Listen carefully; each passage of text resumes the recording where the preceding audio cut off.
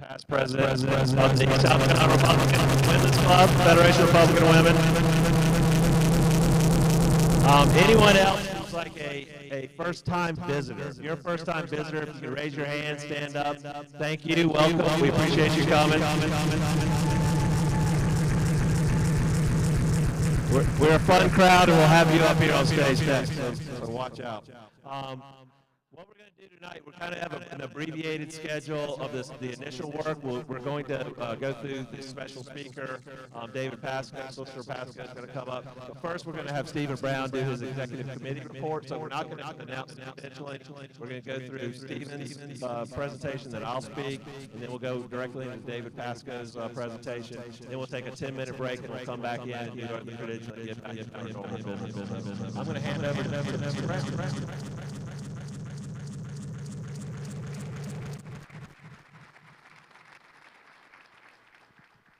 Good evening, everybody. I'm hoping the microphone works all right. Can you hear me okay?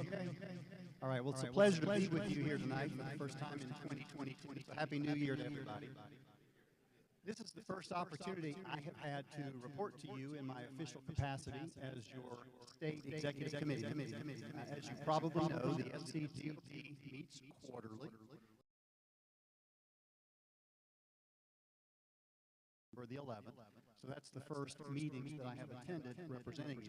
And most of you know I was the party chairman for Greenville like 25-ish years ago, back in the 90s. So I regularly attended those executive committee meetings back in the 90s. And Dr. Taylor, Bob Taylor, was the EC from Greenville back in those days. And if you know Bob, he never missed a meeting.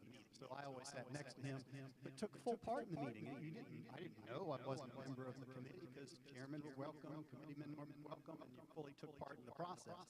But again, that's a quarter of a century ago. So here I am, new to the process, and it was an interesting meeting.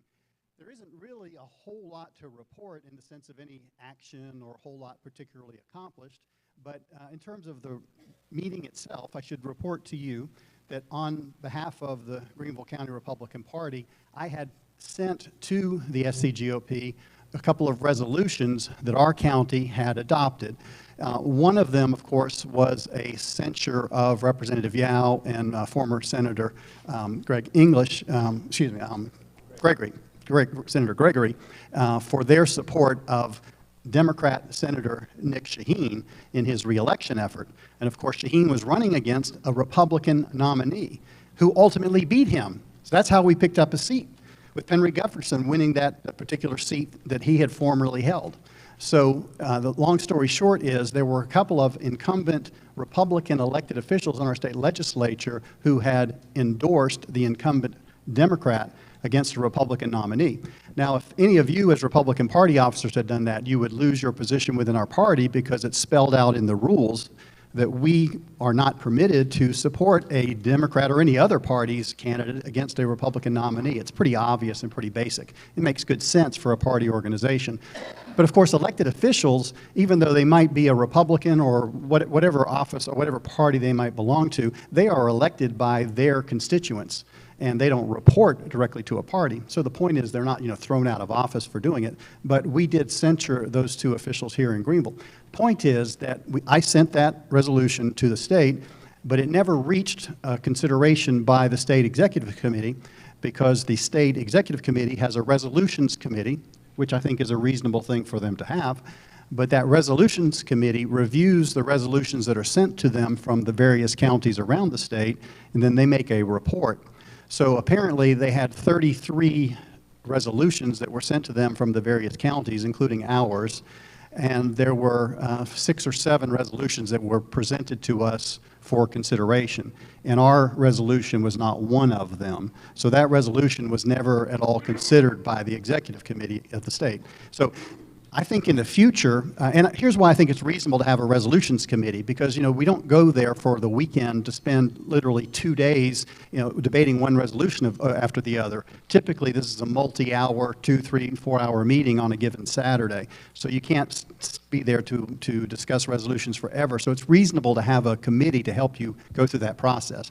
But at a minimum, that committee should report what was recommended in the way of resolutions from across the state, let us know which ones they're proposing are to be considered. And there ought to be a process whereby some subset, some handful of 3, 5, or some number of executive committeemen ought to be able to resuscitate or bring up some other resolution that's already been adopted by a county across the state and have that considered by the full executive committee. But none of that happened at the meeting on December the 11th. But it's something I'm going to mention to leadership to see if they might reconsider the process. But I will tell you, so the meeting was pretty straightforward, just like this one has been. You know, we have a pledge and prayer and all those terrific things, and then we move into business. One of the first things we did was consider the resolutions that had been proposed around the state. And there were a number of resolutions, 6 or 7, as I mentioned, that they wanted to consider as a package. And up until this point, everything had been pretty routine in the meeting. Well, one of the resolutions that was proposed to us for adoption was a resolution supporting education scholarships account based on the current bill that's pending before the legislature. And it's not at all unusual, but the chairman of the committee stood up and suggested and proposed that we adopt all of the resolutions as a package. And then Jeff Davis stood up to object to that, because when you do it as a package, you don't have the opportunity to discuss the individual resolutions. And he wanted to make sure that we discuss the individual resolutions. So Jeff stood up, made the objection, and clearly they were prepared for that, because the immediate response was, you're out of order, you're not a member of this committee, sit down, you know, you have no say here.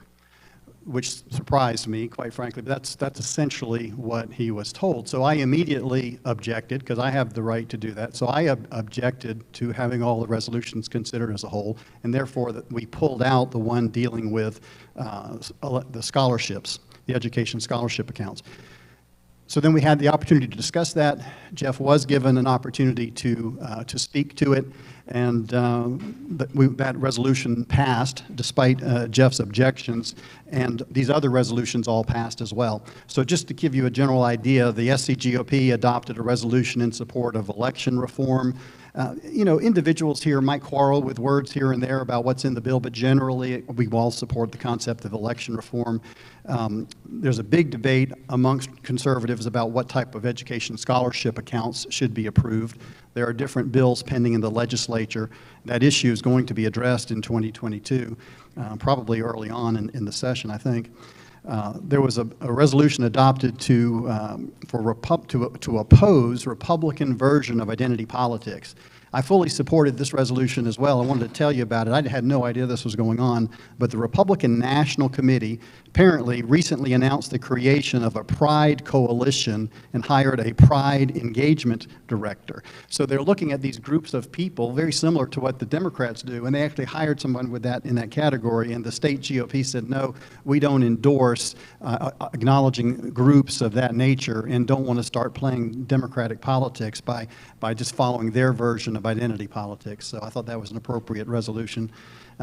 We passed one regarding vaccine mandates. It wasn't nearly as forceful as the vaccine mandate resolution that Greenville County adopted in December, but nevertheless, it was a reasonable resolution. And then we also passed a resolution to commend Senator Tim Scott for voting against the $1.2 trillion Infrastructure and Jobs Act. So he did the right thing in voting against it. There were some comments made about, well, you know, why do we have to go around commending somebody for doing their job? But at least he did the right thing and stood up, and that can't be said about both of our U.S. senators, because Lindsey Graham voted in favor of that bill. So it made a point to acknowledge Tim Scott's correctly voting on the bill. So that was the substance of what we did there as it related to resolutions. We heard generally about the financial health of the party, and it was generally good. The state party did spend more money than it took in 2021, but that was explained. It seemed reasonable. They've got pledges that are still going to come in. They've got cash on hand, more than enough to cover their outstanding debts. So it certainly seemed like the financial report was appropriate and reasonable in that regard. So on the whole, it was upbeat. So then we get to the point where we move into new business. And you have to understand, I had an agenda provided in writing, just like you have for tonight's meeting, and it was not really dissimilar. And you go right through it, and it wasn't as detailed as ours is, but you go from the resolutions to old business to new business and on through. So we get into old business, and Chad Connolly is recognized. Chad Connolly, for those of you that don't know, is a former chairman of the South Carolina GOP. And he's from Newberry County, and he was there on behalf of the committee. He was at the meeting. So he stood to be recognized, and he asked to be recognized on a point of personal privilege. So he was so recognized, and he came forward at the lectern like I am. And then he was prepared with a PowerPoint to make a presentation. And he did that for some 15 or so, maybe 20 minutes. The purpose that he stated for his personal privilege was that at the prior meeting of the state GOP, which would have been in September of last year, he said that his name was besmirched and slandered by Jeff Davis. Now, I will tell you, I was not at that meeting.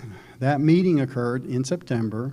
It was very shortly after Presley's death. So, and I had not been elected as your EC at that time, so I was not there. So, and I will tell you this, I did receive the minutes from that meeting, and there was nothing in the minutes related to what Mr. Connolly spoke about. So there was nothing in the minutes related to that. And there was nothing in the minutes showing any old business to be carried over. But nonetheless, Chad got up to speak.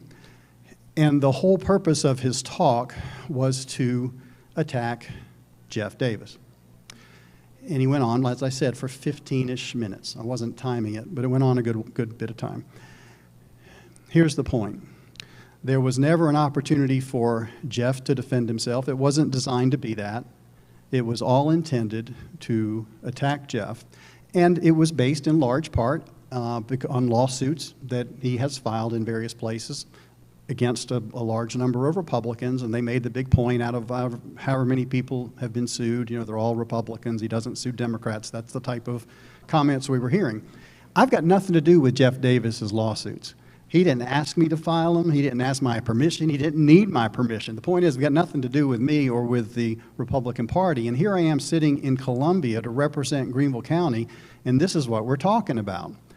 So it goes on, and the point is, Chad Connolly stood up there and made a big point with his presentation. Apparently he had a photograph, I could see a picture of a sign-in sheet, which he said came from the South Carolina Law Enforcement Division's office, because he was making the case that there was no SLED investigation into his actions, whatever they might have been, regarding these scholarship accounts and the issues that were involved there. And I know very little about it, but here's the point.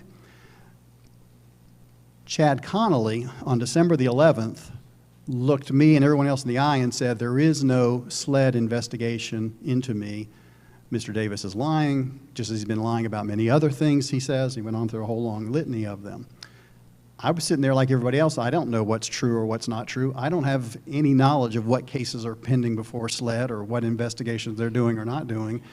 But nevertheless, when the report was concluded by Chad Connolly, a motion was immediately made to censure Jeff Davis, to direct him to leave that meeting, and to direct that he not be permitted into any future SCGOP Executive Committee meetings.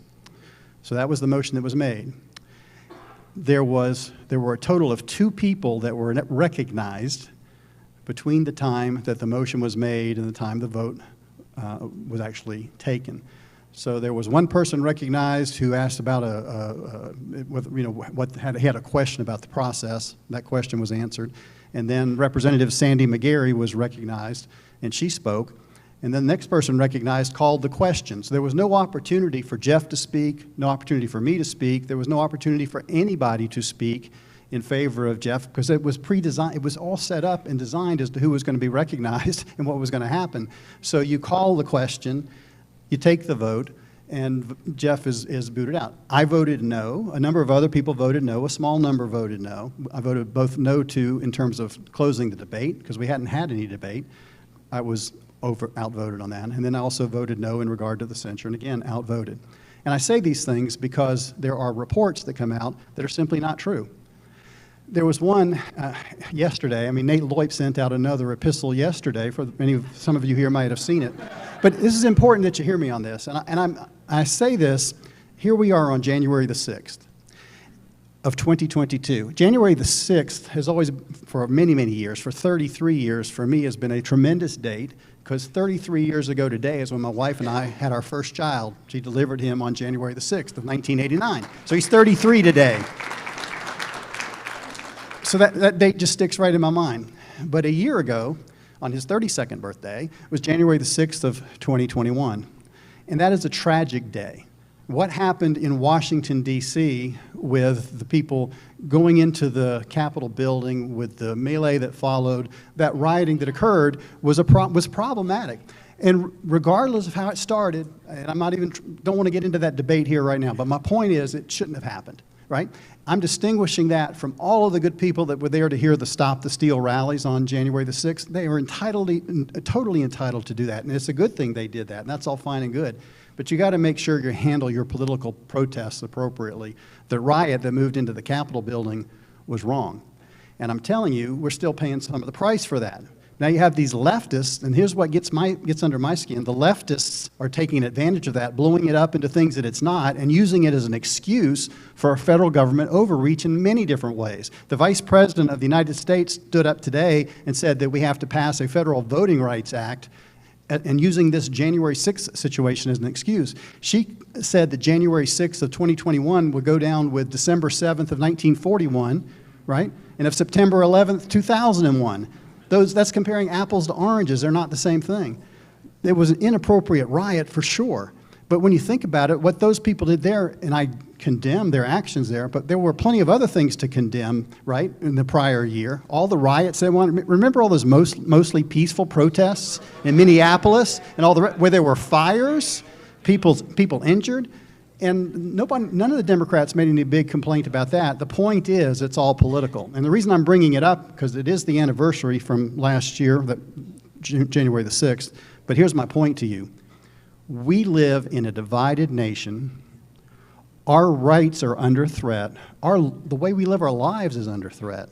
And it's really important that we gather together and coordinate and organize to push our conservative ideals. Our America First agenda is critical. It was very successful under the years of Donald Trump in the White House. He accomplished a tremendous amount. Our nation did, following those principles. We need to continue to do that. And we have to stand together to do it. And what really bothers me is that people on our side of the aisle, people who call themselves Republican, fighting over things that we shouldn't be fighting over, working against our interests. That is most upsetting. And thank you, but this is what brings me to the point, and this is what I have to get out, and wanted to make sure that you understand the connection. So yesterday, Nate Loip sends out his epistle, and here's Nate Loip, who was elected as the chairman of the 4th District, Congressional District, back in 2020, I believe was when that election occurred. So he has that title. But in his epistle, he points it out. He's talking about the December 11th meeting because he was there. And he says that there's some things he found interesting. The first is who came to the defense of Jeff Davis at that meeting. He said only 2 attempts were made from the Anderson County chair, although very poor attempts.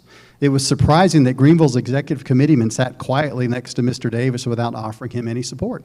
That's what he writes. And here's the point.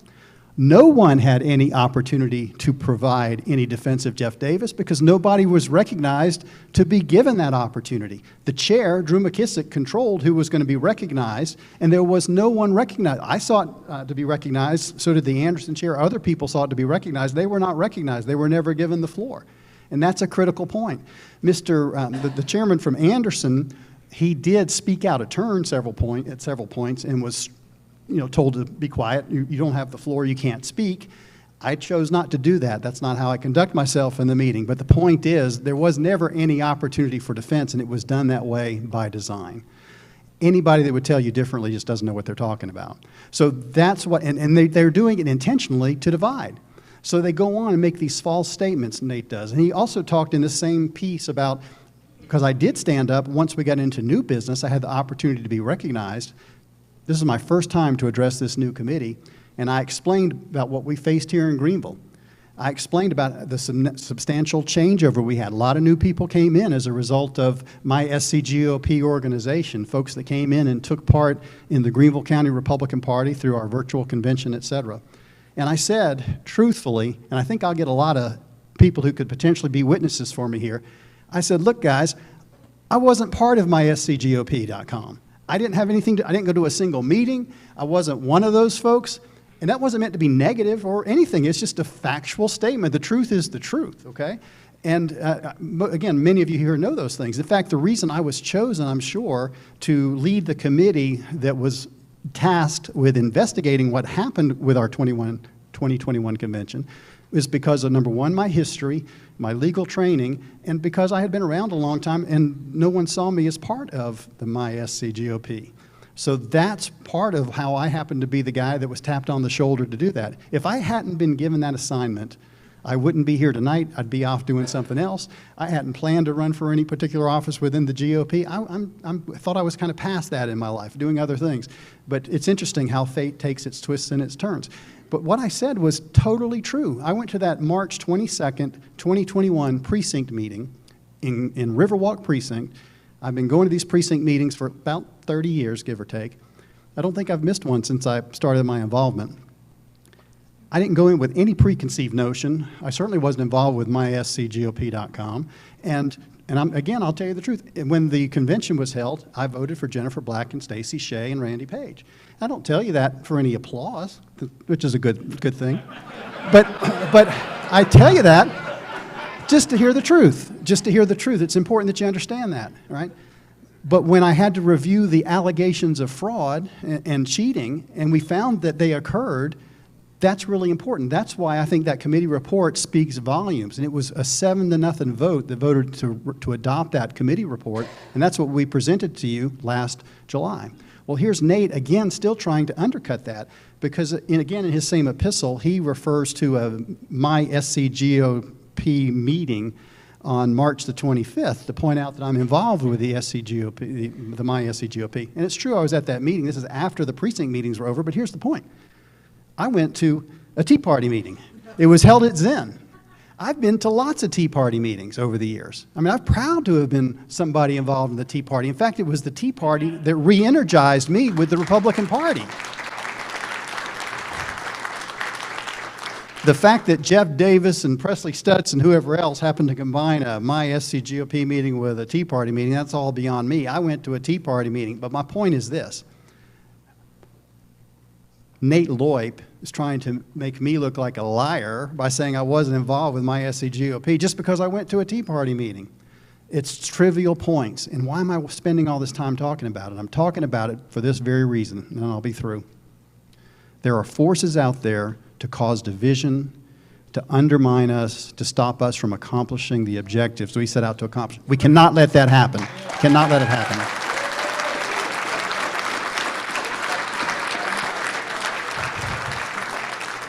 This GOP has a tremendous amount of excitement, a lot of energy, more than I've seen in years. There are a lot of new faces, a lot of new people say, hey, I don't know what I'm doing, I've never done it before. And I'll say, well, let me help you any way that I can. I don't know all these things, but I know a fair number. We'll work together to accomplish these things. But I tell you what, you can't beat having that energy. And that energy is exactly what we need. But I'll tell you this too, every one of us, starting with me for myself, and each one of you has the responsibility to be straightforward, honest and direct, truthful, and to deal with every issue honorably that comes before us. The way we treat each other, the way we treat our political opponents. There's no reason to be name-calling. There's no reason to be certainly lying to people, no reason to be manipulating anybody. And I've decided for 2022, I've made a point. I don't have to apologize for anybody but me. If you guys hear me say something that's inappropriate or said something that's wrong, something you disagree with, you come to me and tell me, and I'll deal with that. If I made a mistake, I'll even fix it, apologize, whatever I need to do. But I don't have to apologize for Jeff Davis or what he chooses to do. I don't have to apologize for Donald Trump or anything he said. I support the Donald Trump agenda, the Make America First agenda. That's what I support. Donald Trump has said and done things in his career and in his lifetime that my mama always told me not to say or do. But again, I don't have to apologize for that. That's not me. But in terms of the policies that he stands for, the policies that helped continue to make this country great, that's what I support, and I want to work with you to accomplish those things. Thank you very much.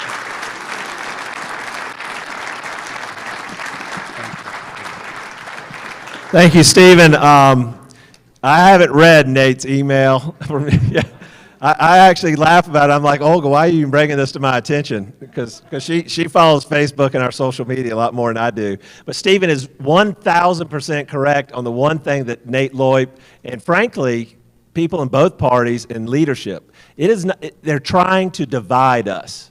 They're trying to get us to turn against each other. They're trying to get me to turn against Stephen or this person to turn against that person. I'm like, are you kidding me? I mean, that is the whole reason we're in the problem that we're in right now, because they have taken the American people and divided them between Republicans and Democrats. It is not a battle between R's and D's, and y'all have heard me say that for a long time. It is a battle between the establishment in both of the parties and we the people.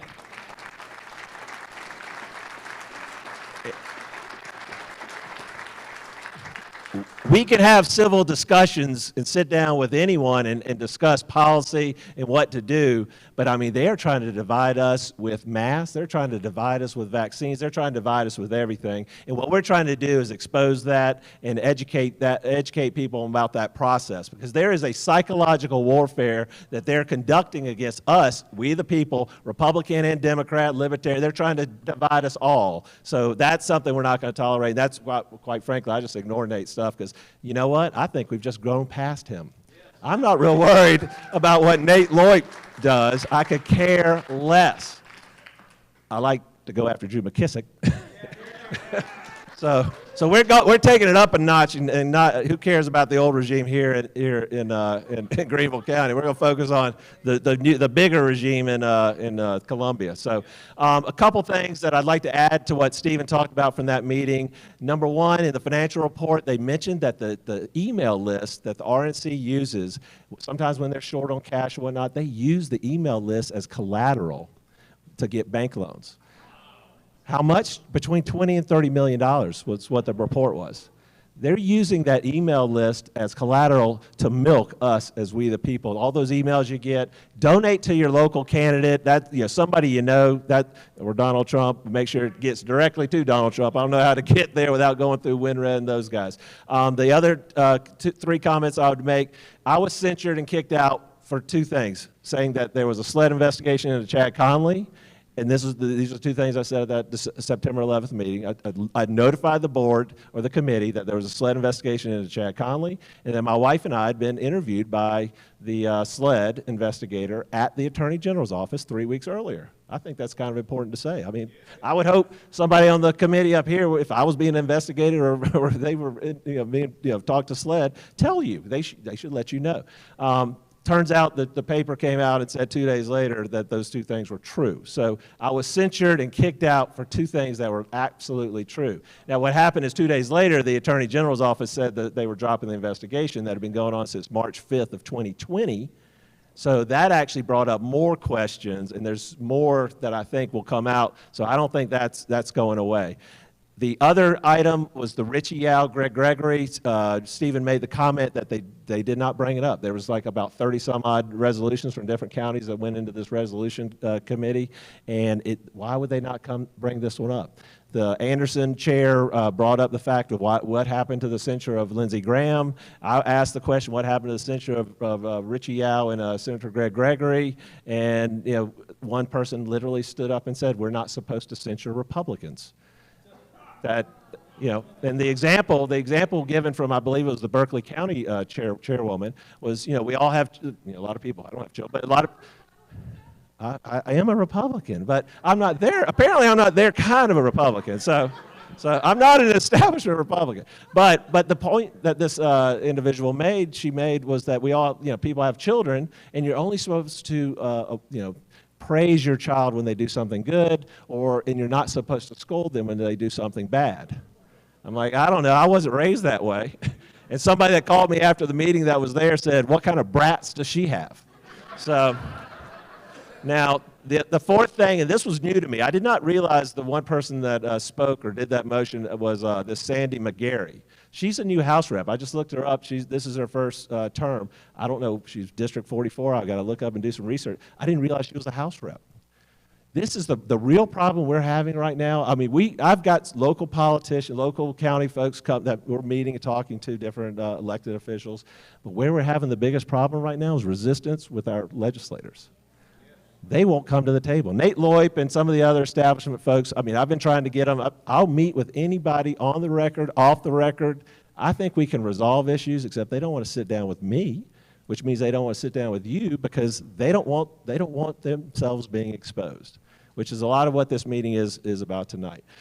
So talk to your House reps, ask them why they're not participating, why they're not coming to the table. Heck, I understand why they don't want to. Who really wants to pick sides? I'm being told that Nate Loip is telling these legislators that they'll be blackballed if they talk to us. If they come and work with us on our different legislative initiatives, they will be blackballed because they think we're just going to collapse. I don't think we're going to collapse, and Nate and those guys are taking back over in a year and a half, but we'll see what happens there. That's my take on that meeting. The other thing I want to announce to you guys is I could not be more excited. We've got a new headquarters building. It's going to be at 2505 Wade Hampton Boulevard. We have been working on cleaning this thing up. It's an old house. A friend of mine owns it and is agreed to let us to have it and use it for the different things that we're doing. I think he enjoys hearing the stories and the stuff that I tell him we're doing and reading whatever shows up in the Greenville News or the state newspaper. But he's going to let us have it for essentially the cost of paying the property tax and the insurance for 2 years. So that, you know, that's the type of dedication and contribution to what we're trying to do, and that's what people are seeing. Obviously, I'd like to, you know, can't speak for him, but I think he sees that we're doing some good things, and it kind of helped him out. But it's an old house right there on Wade Hampton Boulevard. 35,000 cars a day drive by. There's going to be a big sign out there with a Republican Greenville County GOP, and it's going to be, come on in. And we had great success with the Unity coffees that we did at the old office, and I think this will be obviously above ground and not below ground, and we'll can you imagine? I mean, did you put it there so nobody would show up? I mean, I don't get it. But we're going to have a big sign out there, and I think we're going to get a lot of just average people that are frustrated with what's going on and just dropping by for us. This weekend and next weekend, this Saturday, next Saturday, join us. It's out on Facebook. We've sent some emails out about it, but come be part of it. If I had $1 million sitting here, I wouldn't just go hire a bunch of people to take care of it. This is a community project, something we can come in. We've kind of got Stephen Cowboy has really helped us with that. Cannot say thanks. Stand up, stand up. Cowboy, as y'all know, is our sergeant of arms. He has come in and done a yeoman's job of helping clean up, break down some stuff. I don't want to really say online that he actually took out the entire bathroom, but I showed back up at the house. I think it was just they were going to scrape and paint, and he gutted the whole thing. So I guess we're going to have a brand new bathroom. So, but it's an exciting place. But come on Saturday, this Saturday or next Saturday, you know, this is something we can do yard work. We can scrape some stuff. Abby's been out there. You know, I think Stephen cut down trees. Abby pulled it out to the front road there, and they took it away this week. So it's really coming together. I could not be more excited about it, and I think you guys will be impressed. But what we're going to be able to do there is we're going to be able to have meetings. I think this office is going to be running, I wouldn't say 24/7, but 16/7, where there'll be somebody there. We'll be doing trainings, committee meetings. We have multiple rooms in there where we could have a board meeting. There could be another committee going on. We have to have a home where we can get involved and get active and socialize. And we've got one individual that's going to come train self-defense. I mean, anything and everything. We'll do barbecues. You know, I could not be more excited about what we've got going on there. But come on this Saturday or next Saturday and join in the fun.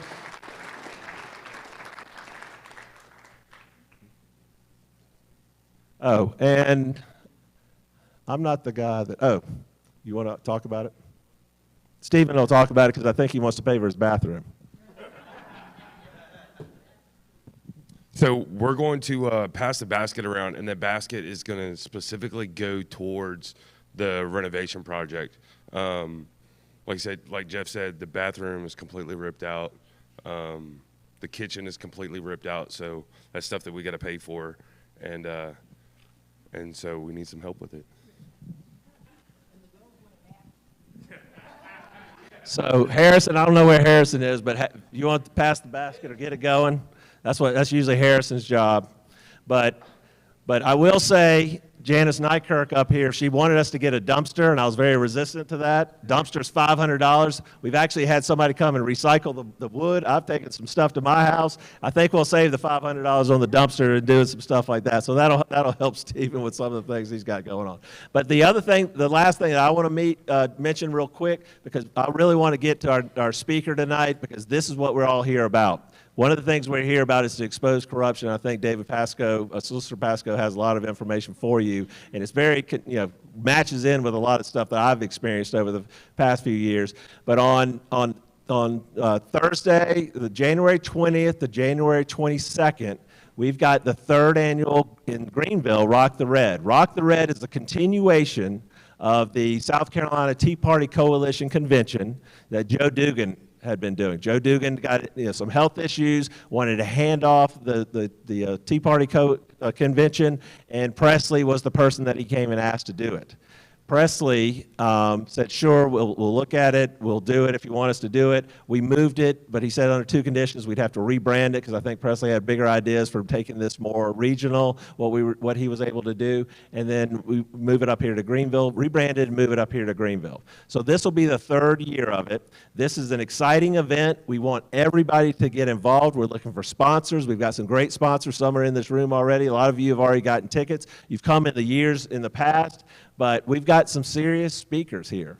Thursday will be about training, and then we'll have a dinner that evening. Friday and Saturday, we'll have 9 speakers during the day, and then we'll have a gala at night. Some of the keynotes in here, we're going to have Laura Trump here in Greenville speaking at Rock the Red. That's a big win for what we're doing. We've got Roger Stone. We've got Dr. Ralph Reed. We've got Stella Emanuel.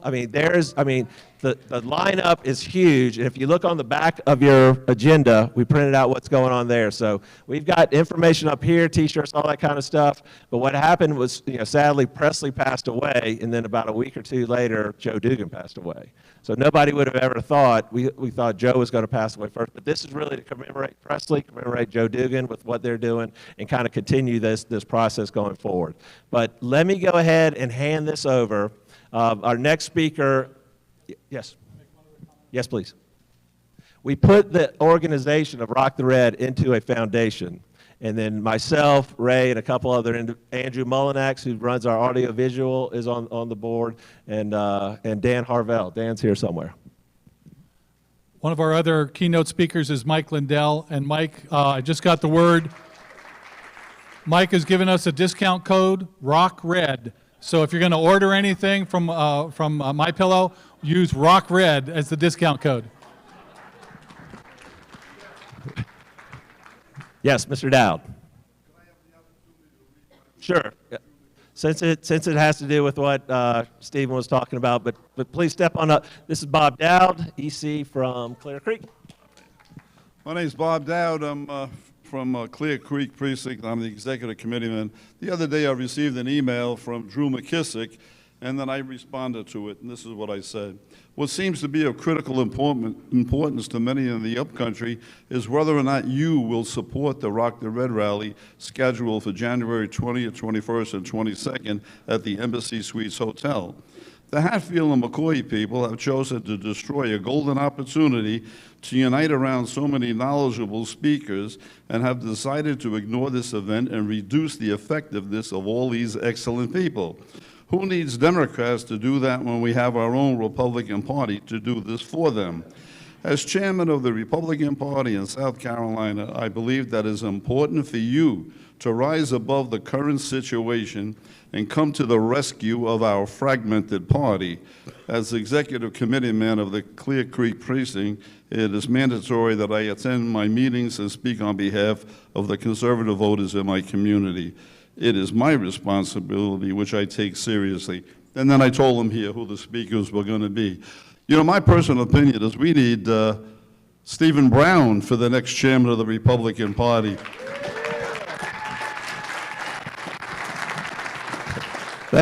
Thank you, Mr. Dowd.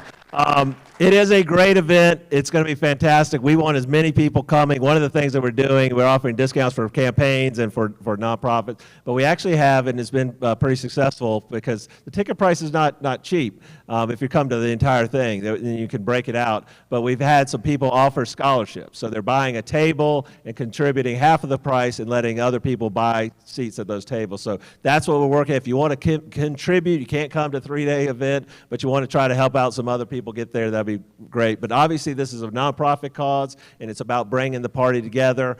I would love everybody to come. I would love for the SCGOP to co-sponsor or sponsor this thing with us. I'd love to work and sit down with these people, but they won't. And what Mr. Dowd is seeing as a supporter of that cause and for years is they won't come to the table. They are trying to purposefully undermine everything we do. And guess what? They're upset with me for inviting an elected official who happens to be a Democrat to talk about corruption at the State House. Isn't that quite interesting? But, yes, sir. This is a Republican club, all Republicans, by Republicans, we're Trump supporters, and the Democrat platform is inconsistent with the Republican platform. And it is inconsistent for us to formally and officially have a Democrat elected official speak in our club meeting. He's a supporter of Joe Biden. We are supporters of Donald Trump. He may have some excellent things to say. I'm not disparaging the man at all, but not in a GOP setting. And I cannot agree. I cannot agree with us formally recognizing a Democrat elected official who will work against our platform in the upcoming elections, and to have him have part in our platform and use our podium and speak to our people. Well, he is going to use our podium, and I understand you've got one supporter back there, but the Republican platform is about exposing corruption, if you ask me, and we're going to expose them, Republican and Democrat alike. So, and to prove this point, yesterday, Governor McMaster talked about we're going to look at ethics reform in this state. Do you think he would have brought that up if this meeting was not here tonight? No way on the planet. He's been in office for nearly 6 years. Why didn't we do it last year? Why have we not done it for the past 2, 3, 4 decades of the corruption in this state? We have a great state, sir. I get it. This is a Republican club, but we have a great state. We have great people. We have good Christian people that the parties are attempting to divide. And we are not going to be divided anymore on at least one issue. We are going to work on an issue of exposing corruption. And that's what we're going to do tonight.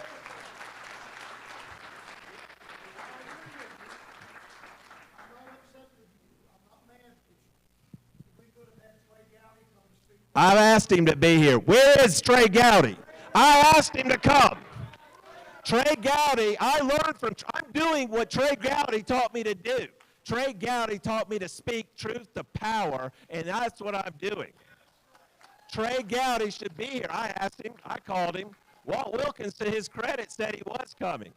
Walt Wilkins, to his credit, said he was coming. Then I got a notification maybe shortly before the meeting that he couldn't make it because of a COVID incident. So he has to get tested and further their protocols. Yes, sir. Real quick, I want to get to our speaker. We have a strong party, and we will listen to truth. Without further ado, I'd like to introduce David Pascoe. He's a solicitor from the First Judicial Circuit in Orangeburg. He is the former special prosecutor for the state of South Carolina, and I cannot be more excited to welcome him here.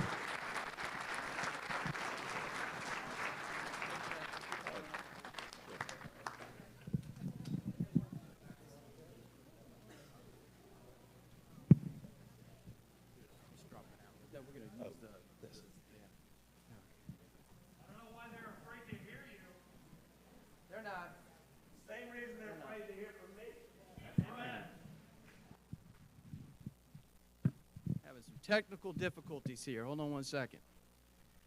I now know what General Custer felt like at Little Bighorn.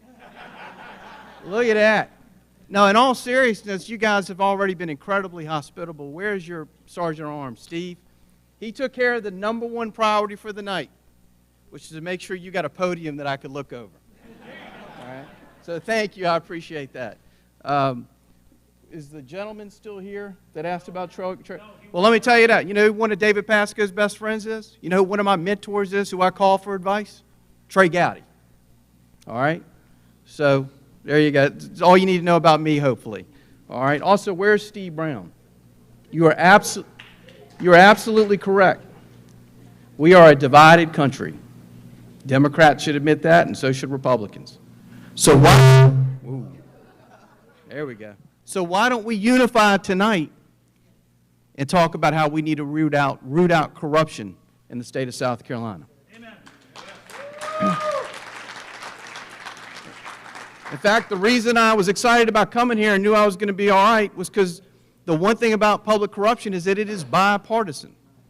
And the only way that we're going to be able to curb corruption in South Carolina is through a bipartisan effort, especially by getting our elected officials out to speak about it and talk about what we see inside the system. Justice in South Carolina is only possible when it is in the hearts and minds of every South Carolinian. As I talk to you, I want you to keep a couple of things in mind tonight. I'm here to talk about South Carolina. I don't care about other states, what other states' laws are. I'm a big believer in federalism. Now, if they mess with us, that's another story. Or if they have good ideas that I want to procure or steal, that's another story. We'll talk about some other states and some ideas that I'd like to take from them. I'm also not here to talk about the problems in Washington, D.C. That would take me months in a Venn diagram to explain. We need to clean up our own house, literally and figuratively. Also, second, I want you to know I do not have any agenda tonight as far as any agenda towards any individuals. I do not dislike anyone. I do not hate anyone. I have no intentions of running for further office. My only intention is that I loathe the system that we operate in South Carolina. But it's like the old adage, don't hate the player, hate the game. But I can't elaborate on the game tonight unless I mention some of the players. And as I told you, you're going to find out it's bipartisan. I'm here to discuss corruption and things that are flat out wrong in South Carolina. Now, the two aren't necessarily the same, and most of it has actually already been exposed, but I don't know that many of you know about it, or any of you.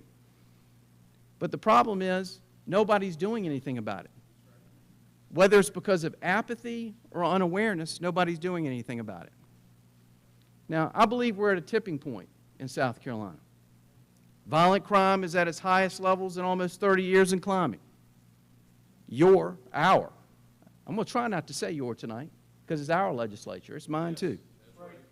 Our, quote-unquote, conservative legislature has seen fit to relax sentencing laws in recent years, and currently still attempting to relax even more laws to let violent felons out early.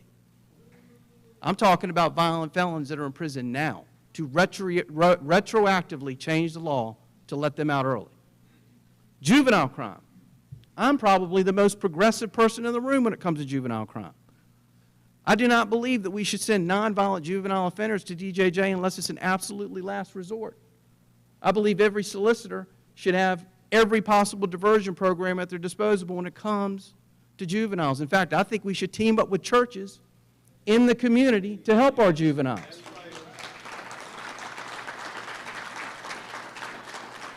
But I also think that violent juvenile offenders should be treated as adults. And let me tell you where I'm going with this when it comes to the law.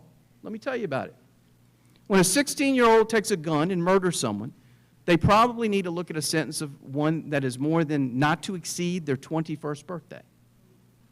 They need to start out being treated as adults if they're 16 and commit a murder. Well, guess what? That used to be the law in South Carolina until a couple of years ago when our legislature changed the law. Now, what sense does that make when murder is going up and we're relaxing our laws on murders and violent crime? The death penalty. I am not a bloodthirsty prosecutor, but I have sought and I have put 2 people on death row because they were evil. And I believe that evil people deserve the highest sentence we have in the state. But our legislature has botched the death penalty statutes so much that most of your solicitors in the state, many of them, don't even seek the death penalty anymore. It just doesn't make any sense when the murder rate's going up that our laws are getting more lenient. And I believe we're at a tipping point because our criminal docket throughout the state is becoming unmanageable. And I worry about a system failing victims, defendants, and everyone because, as often said, justice delayed is democracy denied. We have a judiciary that is anything but independent. And we're going to talk about this a lot in a little bit. I'm just giving you a little precursor about what we're going to talk about. An independent judiciary is crucial to a republic and the separation of powers. We knew that, and we were taught that in the 5th grade in elementary school. But a judiciary can't be independent when they are selected, elected, and fired by another branch of government. Specifically, lawyer legislators who practice law in their courtrooms. What sense does that make? We're going to talk about that a lot in a little bit. And finally, we're at a tipping point because since the passage of the Ethics Act in 1991, whether through lax laws, loopholes created in the laws, lack of transparency, or regulations that allow the fox to guard the hen house, we've created a system that puts people in power, people in public office, that in my opinion live off of their public service instead of working for the public good. And I'm going to elaborate with specifics in just a minute on all of this. There are a lot of people in this room. This is actually a bigger crowd. I thought you were lying when you said you could get this many people to a meeting. There are a lot of people in this room, and we agree and disagree on a lot of things, I'm sure, and that's okay. That's James Madison's America, diversity of ideas. He wanted it so diverse that we couldn't get much done. All right? But the one thing you and I have to agree on is that public service should be solely about serving the public good and not private gain.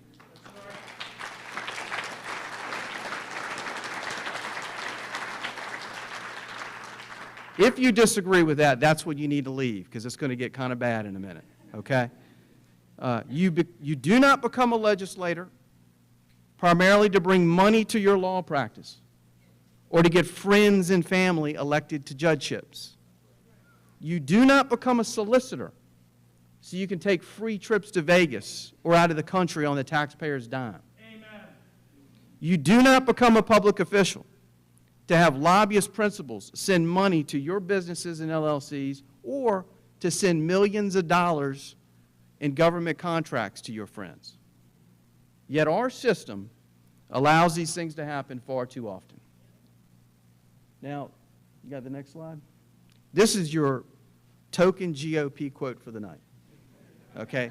The rest of them are going to be liberal Democrats. We're going to see how many of you are indoctrinated. But I love this quote, and I always have. This is from the Gipper. Politics is the second oldest profession, but it bears a very close resemblance to the first. It's true, and it's funny, because he's talking about politics. But in South Carolina, my concern is substitute the word politics for public service. That's when we got a huge problem. I can laugh at politics. I can laugh at some things politicians say, but I can't laugh when it comes to public service being like the first profession. We need leaders not in love with money, but in love with justice. Now, one more thing before I get rolling, because I want to be honest with you about something. 2 weeks ago, I decided not to speak tonight, and it had nothing to do with you, so don't take offense. Rather, it was because I was very hesitant about coming here and offending anyone. I was hesitant about exposing or disrupting the system. And hesitant is my fancy word for scared. I was getting cold feet. I didn't want to do it. I had a lot of friends that encouraged me, said, Pascoe, you need to do it. But also had just as many friends say, don't do it. Don't rock the boat. It's not worth it. Quote, nothing's going to change. So finally I decided a couple weeks ago I'm not doing it. And I told Baker Allen, who's here with me tonight, who does my PowerPoints. I said, Baker, don't worry, we're not going to work on it. He was the happiest person in the world. He knew he didn't have to work during the Christmas holiday. He was so happy. So we didn't work on it, but we actually joked around because we had come up with one slide. That quote I gave you at the beginning. Do you have it now, Baker? There you go. I came up with that, and it was the only thing I came up with. Justice in South Carolina is only possible when it's in the hearts and minds of every South Carolinian. That's a great quote, isn't it? Yeah, and I came up with that. But, so I thought. You might have already Googled it. Look at that. But we joked. And anyway, the very next day, and that's why I'm telling you this, it's just a coincidence, the timing of it. I was in Washington, D.C., and Christy and I was in the back. We were walking down the road. She was one of the people trying to convince me to do this. I was like, shut up, I don't want to do it. But we're walking down the street, and we come up on a building. We're actually on the curb, and we come up on a building. And she said, you got to see this quote. My eyes are horrible. So I had her take a picture of it. She took a picture, and she let me see it. And this was the quote. Can y'all read it? Because I don't have my, here we go.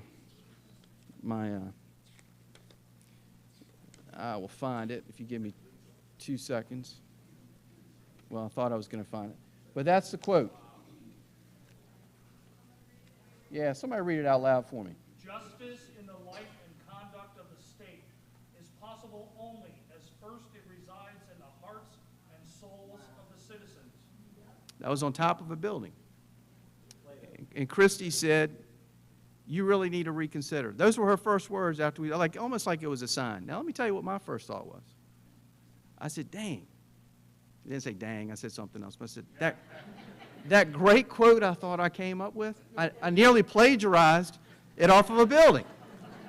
Literally, that was my first thought, not you guys. That was my first. And then you're right, I Googled it, and it was Plato from 2,000 years ago, and then I knew I couldn't say he stole it from me. So, but my second thought was the meaning of those words. You'll only have justice in your state if the people care and they act. And then I thought to myself immediately, the people can't have it in their hearts to care and act until public officials educate them on what goes on. And then that gave me my most important thought before I stepped off the curb. I thought about my 3 sons. Because 5 years ago, during the probe, they gave me a quote, in a nice quote to put in my office in a frame so I could look at every single day. And I'm going to let, can you put that? I want to let the man with the great voice read that quote.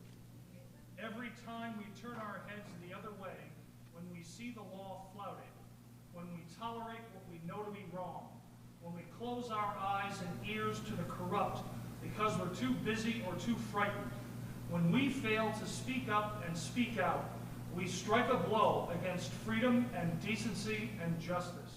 Robert F. Kennedy. When we fail to speak out, we strike a blow against justice. And I thought about that quote specifically, because the Plato quote is on top of the Robert F. Kennedy Department of Justice building. So before I stepped off that curb, I decided I was going to speak here. I had to.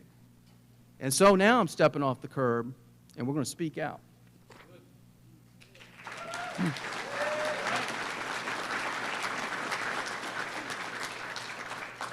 John Adams once said that public virtue, which is service to the state, is the foundation of a republic. Public passion must be superior to all private passions. Simply put, we need to elect legislators who put the public good ahead of personal gain. This is especially true in South Carolina, where our legislators do everything. They do the budget, they elect the judges, they put the people on our school boards, on all of our boards. And I'm going to show you a video in a minute. And you can ask yourself when you see that video, are our legislators acting for the public good, or are they acting for their private gain? I'm going to give you a little background. Next video, or next slide. This is Chairman Merle Smith. He's a Republican House member from Sumter County. He's a lawyer legislator. Smart guy, affable guy. Hands down the most powerful legislator in Columbia. He's in charge of the money at Ways and Means. He's also the chairman of the Judicial Merit Selection Committee that we're going to talk about later. He basically selects, he and his committee select the judges. and he's on House Ethics. I was at a Sheriff's Association meeting a couple weeks ago, or calling in, and somebody asked, what committee is he not on? And I said, he's on all the important ones. His father is on the board at MUSC. His cousin was recently elected to the Circuit Court, and he helped his former law partner get elected to the Supreme Court. According to his 2021 Statement of Economic Interest, which I encourage everyone to look at, it's online. Make sure I didn't add wrong. But according to his 2021 Statement of Economic Interest, he and his businesses, a law firm and some LLCs, brought in over $4 million in income from lobbyist principals, government contracts, and the Insurance Reserve Fund. Over $4 million. Hey, don't hate the player, though. That's our game. We let them do that. Next slide. This is Todd Rutherford, Democrat. He is the minority leader in the House. He's on the Ways and Means Committee. I've known him for over 25 years. Good guy. In fact, give him a shout out. He is the only Democrat, believe it or not, he is the only Democrat to encourage me to go after corruption during the probe. The legislators and even a lobbyist, and I've kept the emails, that discouraged me were Democrats. Todd was the only Democrat that encouraged me to go forward, along with several other Republicans who are in leadership positions in the House. This is an article in the state newspaper about his use of the state plane. Now, is it a crime? No. Is it unethical? Probably not, but guess what? If it is unethical, Merle Smith and Todd Rutherford are on House Ethics, so they'll decide. There's that Fox Garden hen house I was telling you about. Every candidate runs for office, and they say they're going to clean up Columbia. And then what do? I will say this about you. They enjoy it, yeah. I will say this about you people this time, okay? Remember when Democrats were in control and all the corruption was with Democrats in the 80s and 90s? Remember that? And y'all, Republicans ran on term limits. What happened to the term limits? That's right. I hope so. I mean, I do too. We need term limits. Next slide for the video. This is South Carolina Republican Kirkman Finley. He's a Republican House member of the Ways and Means Committee. He sent hundreds of thousands of dollars to a friend's nonprofit. Criminal? No. But is it right? No. But let me ask you this. Is it something to laugh about? Those stories, whether it's the use of the plane, the sending hundreds of thousands of dollars to a nonprofit, your tax dollars, my tax dollars. Is that something to laugh about, thumb your nose at of the public? Well, watch this video and look how seriously Chairman Merle Smith and Kirkman Finley take this issue.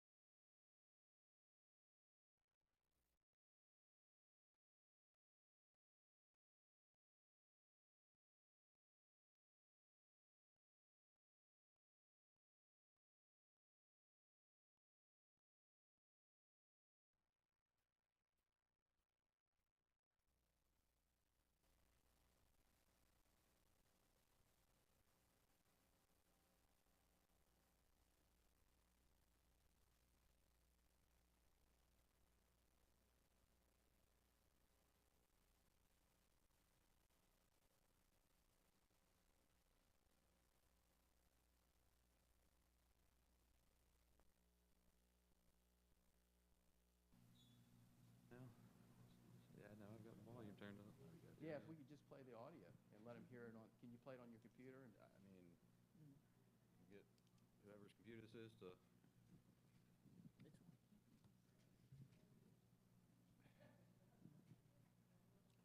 wanted to get this set up ahead of time. I think my AV people.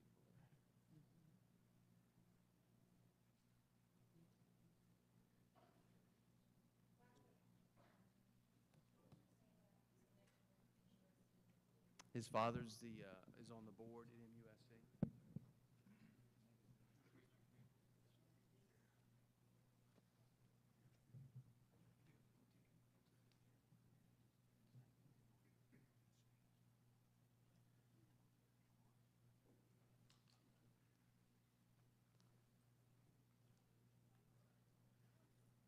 Should have brought my son tonight.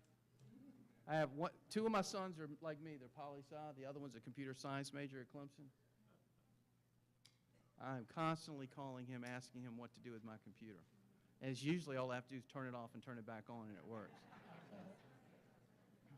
I spend a lot of money for him to tell me that.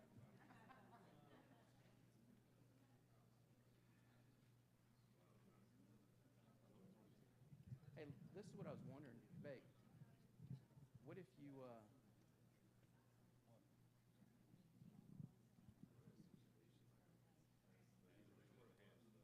hey, Jeff, can we take like a 5-minute break and let them do that? People can use the restroom. Let's take a 5-minute break. Let these guys work on this, and then we'll get back on it. Videos are good.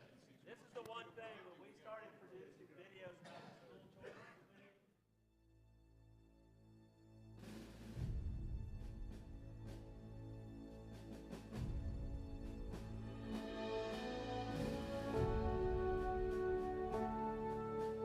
Eric Corcoran here. I love this country with all my heart. I believe that when the country is the darkest, patriots can shine the brightest. You know, I went through immigration legally for many years, went through the system, and I finally got sworn in 2016.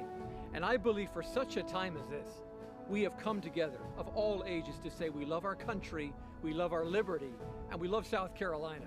And I'm so proud to be here in Columbia, standing with other patriots. And I believe all of us, of all ages, our voices matter.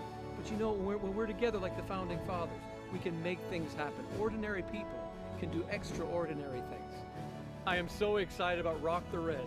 You know, it's an amazing moment where the great minds of our time, the great patriot minds of our time, come together, experts in different fields, and we rally.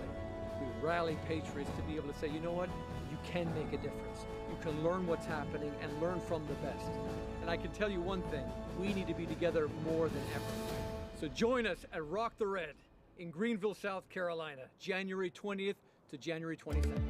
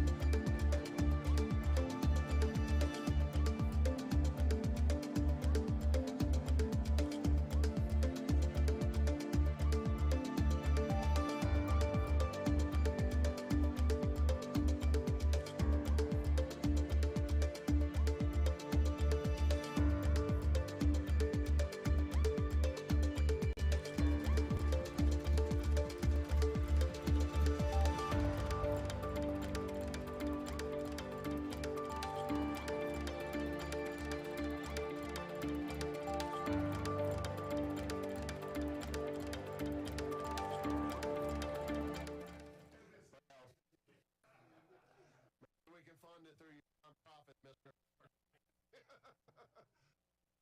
I tell you, be the bearer of bad news, but y'all be prepared to be up here in May and have whatever it is. We're going to make sure that we get the work done for the citizens of this state. So thank you very much, Mr. Finley. Do you think there's any chance I can get a plane? Well, maybe we can fund it through your nonprofit, Mr. Clark. I hate to tell you, be the bearer of bad news, but y'all be prepared to be up here in May and have whatever it is, but we're going to make sure that we get the work done for the citizens of this state. So thank you very much. Mr. Finley? Do you think there's any chance I can get a new plane?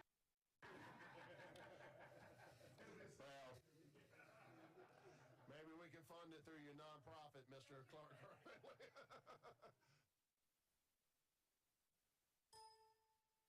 I hate to tell you, be the bearer of bad news, but y'all be prepared to be up here in May and have whatever it is, but we're going to make sure that we get the work done for the citizens of this state. So thank you very much, Mr.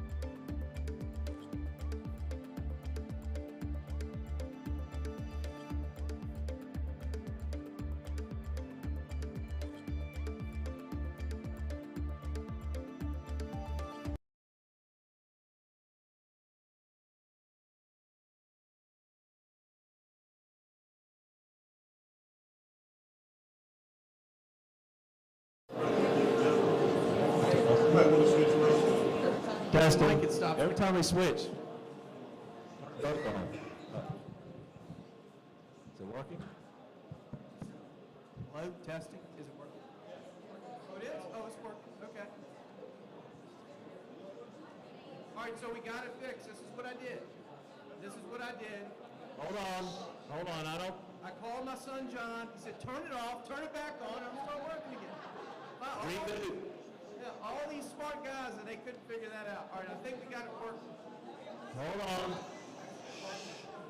So, y'all can hear me okay now? Yes.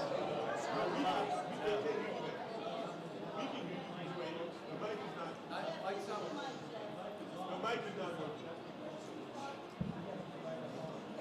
There we go. How about now? Yeah. All right, so we got something. We'll see how it works. Again, just to refresh your memory, we got a legislator where there was an article about his use of the state claim. Criminal, probably not, but come on. You know, there's nothing to laugh about. Nothing to make jokes about. That's our money. We got another legislator who's sending money to a nonprofit. This is at the end of the Ways and Means Committee meeting this past year, 2021. And the plane and the taxpayer money going to nonprofits comes up. And I want you to see how serious our Ways and Means Committee chairman takes this issue when it comes up. Tell you be the bearer of bad news, but y'all be prepared to be up here in May and whatever it is, but we're going to make sure that we get the work done for the citizens of this state. So thank you very much. Mr. Finley. You think there's any chance Todd can get a new plane? Well, maybe we can fund it through your nonprofit, Mr. Clark. Was the chairman's reaction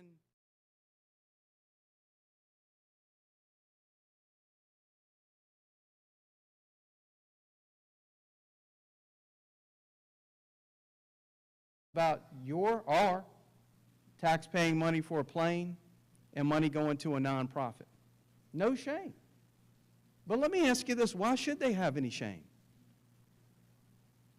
Citizens either don't care or they don't know about it. And I'm hoping it's the latter. So let me ask you this. How many people have never seen that video before today? Raise your hands if you've never seen it. Good. Thank you. I'm glad. That's almost everybody. Who has seen that video before today? Good. Nobody. Any hands? I don't see it. Baker. Well, Baker, yeah.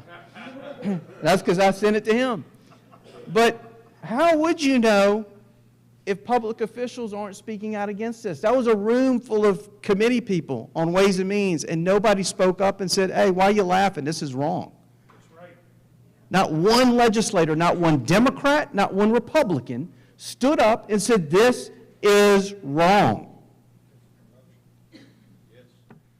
And not one elected official, to my knowledge, has stepped up and shown people this video. I'm the only one dumb enough to come in here and poke the bear today.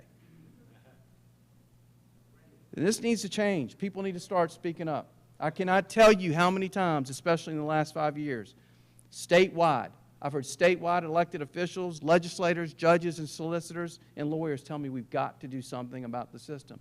Well, nothing's going to be done unless we start speaking out. That's right. So for the remainder of the night, we've already had our restroom break. So for the remainder of the night, we're going to discuss two topics with regards to corruption. We're going to talk about the report by the 28th state grand jury, and we're also going to talk about criminal justice reform and why we just can't seem to get any. I'm going to talk about these areas, my opinions as to these areas, and what I think the solutions are. And we're also going to talk about these topics, and when we do it, I want you to ask yourself one question every topic we talk about: public good or private gain? That's the theme tonight: public good or private gain. And you may or may not agree with my solutions. Heck, you may not even agree that I think some of these things are problems, but I got a pretty good feeling that you're going to agree. But you may not agree with my solutions, and that's fine. That's the greatness in our country. The greatness of our country is that we are tolerant of even extreme and offensive errors of opinions, as long as we engage in civil discussion like we are tonight, allowing logic to intervene in the discussion. That's the greatness of our country. You can say something offensive, but as long as you're civil and we can have a discussion about it, that's what America's supposed to be about. And the other reason it's okay is because I'm always right. So remember that too. You know, and one more thing before we move on. I hate to prolong the speech, but as I was driving here, so I'm going off script, I had a solicitor, a Republican solicitor, good friend of mine. He's a Republican. He said, man, I can't believe you're going to go talk to the Greenville GOP. I wish you would ask them, blah, blah, blah. I said, hey, shoot me either a text or an email, and I'll look at it, and if I can remember it, I'll ask the crowd. Because he wanted me to ask you this. This is coming from a Republican solicitor, one of my brethren. Go back to the picture real fast. Okay. He asked me to ask y'all, if Joe Biden had a liberal criminal justice reform bill that gave public defenders almost 3 times more money than solicitors to combat crime, that got rid of mandatory minimums for drug traffickers, people who traffic, I'm not talking about people who possess, but people who traffic opioids and methadone, or meth, and if he had a liberal agenda that allowed drug traffickers out of prison early, would you support that? No. I mean, why not? You wouldn't? Well, guess who does? Guess whose reform bill that is? Your chairman of Ways and Means. So I am asking you to stop it. Amen. Stop it. You stop it by telling your legislators not to support it.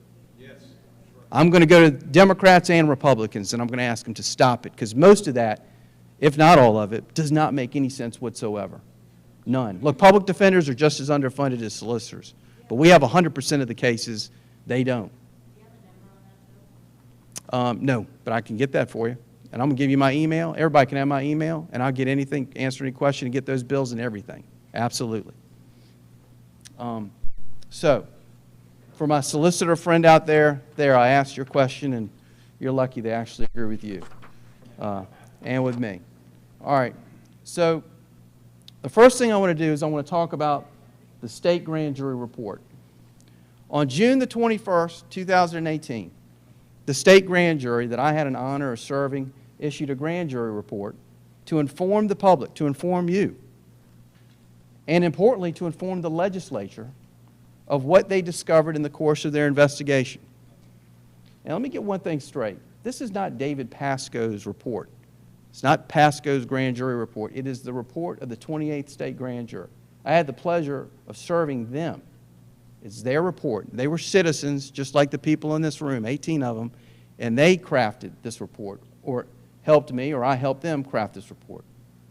Much of what they discussed were problems in our ethics laws in South Carolina, and they hoped, and I hoped, that the legislature would act on their findings. The legislature did not act. Surprise. So one of the main reasons that I'm now willing to go out and speak after 5 or 6 years and speak out is because I did that grand jury a disservice. I thought people, especially legislators, would read the report. Well, they either read it and disregarded it or didn't bother to read it. So now I'm going to go out and start speaking around the state wherever they want to hear me to talk about what this grand jury found, because they did all of us in this room an incredible service in what their findings are. And I would encourage everyone to please, if you get a chance, go to our website, www.scsolicitor1.org. We have the unredacted grand jury report, no redactions, and it has all the exhibits, emails, records, everything. I'm just going to go over a fraction of the report tonight, very small fraction.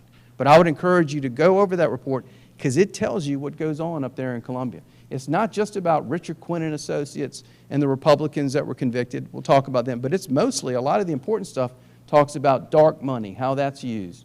Talks about how legislators are making money up there. So please, I encourage you to go read it. Now, just some brief background on the grand jury report. This was the former Speaker of the House, Bobby Harrell. He was the Speaker of the House from 2015 to 2014. An investigation was initiated on the basis of citizens' complaints to the Attorney General's office. On February the 14th, 2013, excuse me, the Attorney General's office referred Mr. Harrell's case to the South Carolina Law Enforcement Division, or SLED. On December the 5th, that same year, SLED issued an investigative report on the Harrell matter. They finalized the report. Now, this is very important, because this is where the grand jury would come in. In that exact same report is Bobby Harrell. And do we all remember Bobby Harrell? Okay. In that same report as the Bobby Harrell investigation, SLED implicated both Representative Rick Quinn and Representative Jimmy Merrill for ethics violations. So the report was not all about Bobby Harrell. It mentioned those two as well. Next, I think, go back one shake. No, that's it. You're right. You're right. You're right. On July 24th, 2014, due to legal issues raised in the Harrell case, Alan Wilson wanted to recuse himself, and he asked me, the Attorney General, asked me to handle the Harrell matter. I took it, and on September the 10th, 2014, we indicted Bobby Harrell, not with the grand jury, state grand jury, but we indicted him with the Richland County grand jury on multiple counts of ethics violations, but also misconduct in office, which was kind of novel at the time, kind of new to our knowledge and everyone's knowledge, really. No legislator had ever been indicted before for the 10-year misconduct in office, just for campaign fund crimes, ethics violations. The reason I did that, though, was I was pretty certain that if we didn't indict him for the misconduct, which carried over 2 years, it carried up to 10, he never would have had to leave as Speaker of the House. And that wasn't going to settle well with me or anyone. So, because he certainly would not have been suspended if he was not indicted for misconduct. He would have got to remain Speaker. So when he was indicted for misconduct, he was suspended.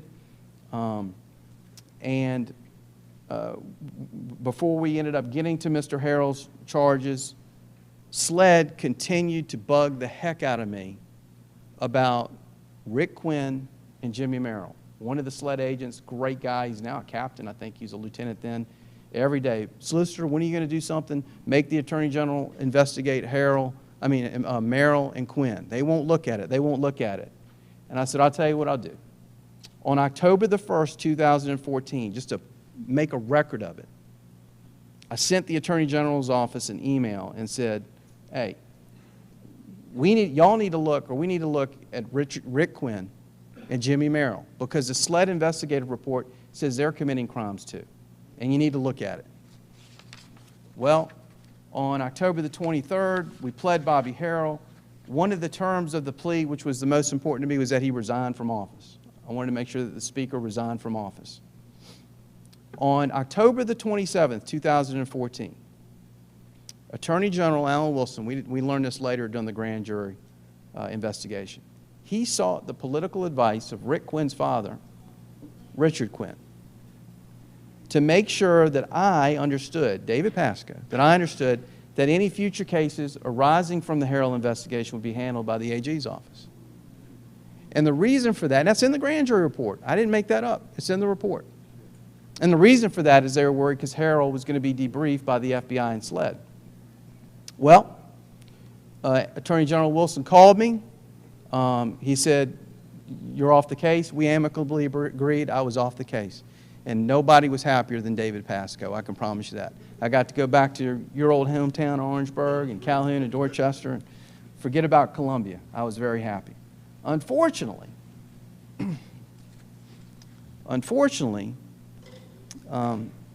SLED's inability to turn a blind eye to potential corruption brought me back in.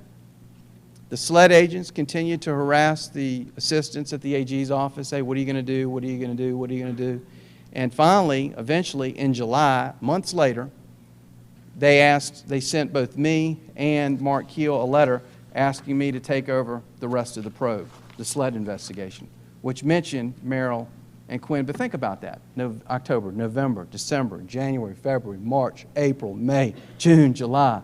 9 months went by. And as Chief Keel pointed out in an affidavit, no work had been done on it during that 9 months.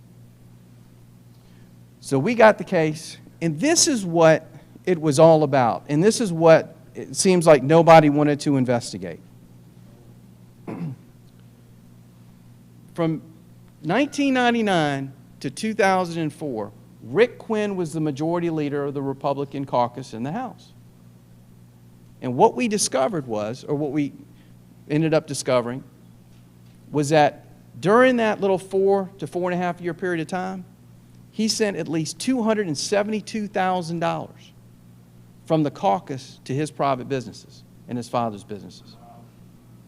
$272,000. From 2005 to 2008, Jimmy Merrill sent $82,500 from the caucus to his businesses. Now, let me note something here. Bobby Harrell, I don't mean to say just, but it was just about campaign money. It was about him misusing his campaign funds. Okay? Not good, but that's what it was about. What we had here, in the opinions of Sled and myself, was much worse. Because what we had here were elected officials using their positions as majority leader of their caucuses. They used their position to funnel that money to their bank accounts, and guess what else? Not disclose it. None of this was disclosed on their ethics forms. None of this was disclosed by the House GOP caucus. None of it. It wasn't disclosed until we got subpoenas and looked at them during the grand jury probe. So, Sled thought it was a problem. I thought it was a problem. But I'll tell you what I did. I asked, sometime in the fall, October, November 2015, I asked the Attorney General's office, give me an opinion as to whether you think that's a crime or not. I knew what the answer was going to be. I had a number of friends and even the press call and ask me, why would you ask the AG's opinion in this case as to whether it was a crime? Because I said, I know what their opinion is going to be, but I want to flesh it out. And I want to find out what legal gymnastics they're going to have to tell me that that's not a crime. And sure enough, and it's a very simple issue. The issue is this: is it unlawful for a legislator to use their position as majority leader to send themselves or their businesses hundreds of thousands of dollars? And as an easy answer is yes. But what I got was a 46-page opinion. Citing like 18 cases from 1802. I mean, come on. So anyway, we fleshed it out. I thought it was wrong. Sled thought it was wrong. And our own ethics expert that we got, who was the former director of the South Carolina Ethics Commission, thought it was wrong. And also, all the other things we were starting to learn, that was criminal behavior. So as a result of that, Chief Keel and I, you can go to the next slide, I think, Shake, requested a state grand jury so we could have more subpoena power and get grand jurors to hear testimony, forced testimony. And as many of you may know, the Attorney General tried to quash the grand jury, have me removed. He also actually tried to appoint another solicitor to the case. That solicitor refused to take it. The case ultimately went to the Supreme Court. And next slide. And the Supreme Court ultimately ruled that Chief Keel and I could continue the investigation and we could open up a state grand jury investigation on Merrill, Quinn, and others, and Richard Quinn and Associates. The next slide is an actual photo of me after the Supreme Court ruling. That is actual footage of me. You know, I already knew that this case was going to be different after what we had to go through to just get a grand jury investigation. When one of your best friends, right after the Supreme Court opinion, when one of your friends gets a call from a United States Senator asking him if he can intervene with me, I'm not going to say who it is for now, but there are only 2 senators, you know, and only one of them used the Quinn. So I mean, and it's not hard to find out who my friends are. I've got 3. So, but you know, like in all defense, whoever that person was, he had nothing bad to say about me. He really didn't. He said he had very good things to say about me. So I appreciate that. Back then, I don't know if he does anymore. Before the convictions, I was a nice guy. But also when you like something on a Facebook, I like somebody's nice comment on a Facebook and the press calls me 10 minutes later, I knew it was going to be a different kind of case. I had a conversation with Bart Daniel. Anybody know Bart Daniel? He's a Republican lawyer. He was the United States Attorney during Lost Trust, if y'all remember Lost Trust back in the early 90s. And he's a mentor of mine because he hired me out of law school. I was a 1L first semester. He called me up, gave me a job. I worked there for over 2 years. It got me started. He knew I wanted to be a prosecutor, and he helped me by hiring me at the U.S. Attorney's Office during Lost Trust. And we had a great conversation last month, talking about Lost Trust and talking about the corruption probe. And he said it. He told me, he said, David, you know, going after legislators is not for the faint at heart. And he said, there are always going to be attempts at retaliation for any prosecutor who goes after a legislator anywhere, but especially in South Carolina. But he said, all you can do is press forward and do the right thing. And he did that, and I was very proud of him for doing that. You know, I often think about, though, how easy life would have been had I taken that AG's opinion and said, well, he said there's no crime, nothing to look at here. Let's just stop. My life would have been a lot easier. Baker's life would have been a lot easier.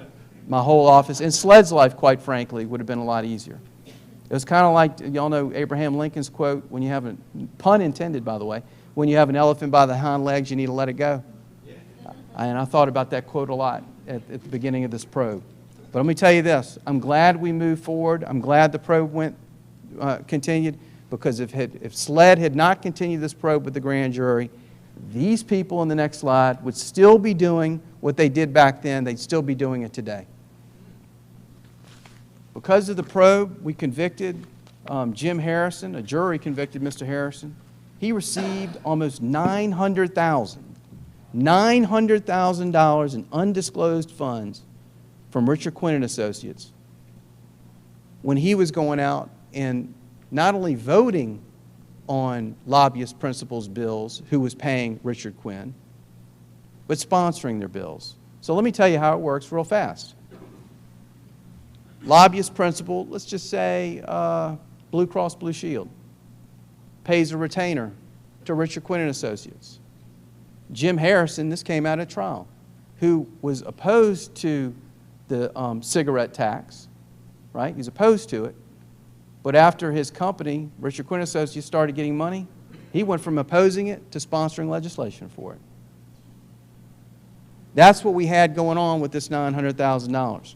We convicted the president pro tem of the South Carolina Senate, John Corson, an actually really nice guy. Personally, I like him. But he laundered $160,000 of his campaign funds through RQ&A back to him cash money, most of it under $10,000. We convicted Jimmy Merrill and Rick Quinn, the former majority leaders of the South Carolina House. We also entered corporate integrity agreements with companies. We entered agreements with Palmetto Health, the South Carolina Association for Justice, which is the trial lawyers, AT&T, SCANA, and the University of South Carolina. These agreements provided punitive and remedial measures. We're going to talk a little bit more about this CIAs very briefly.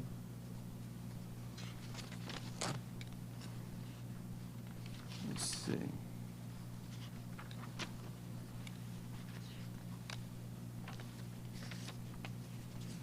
See if I can see it, Dave. Go ahead, go back. I can see it from here. What's the next one? For the first time in our state's history, corporations face prosecution, scrutiny, and they finally got to know that they're going to be watched. And if they're doing illegal lobbying or anything close to it, they can be prosecuted for it. Now, if I could find that slide.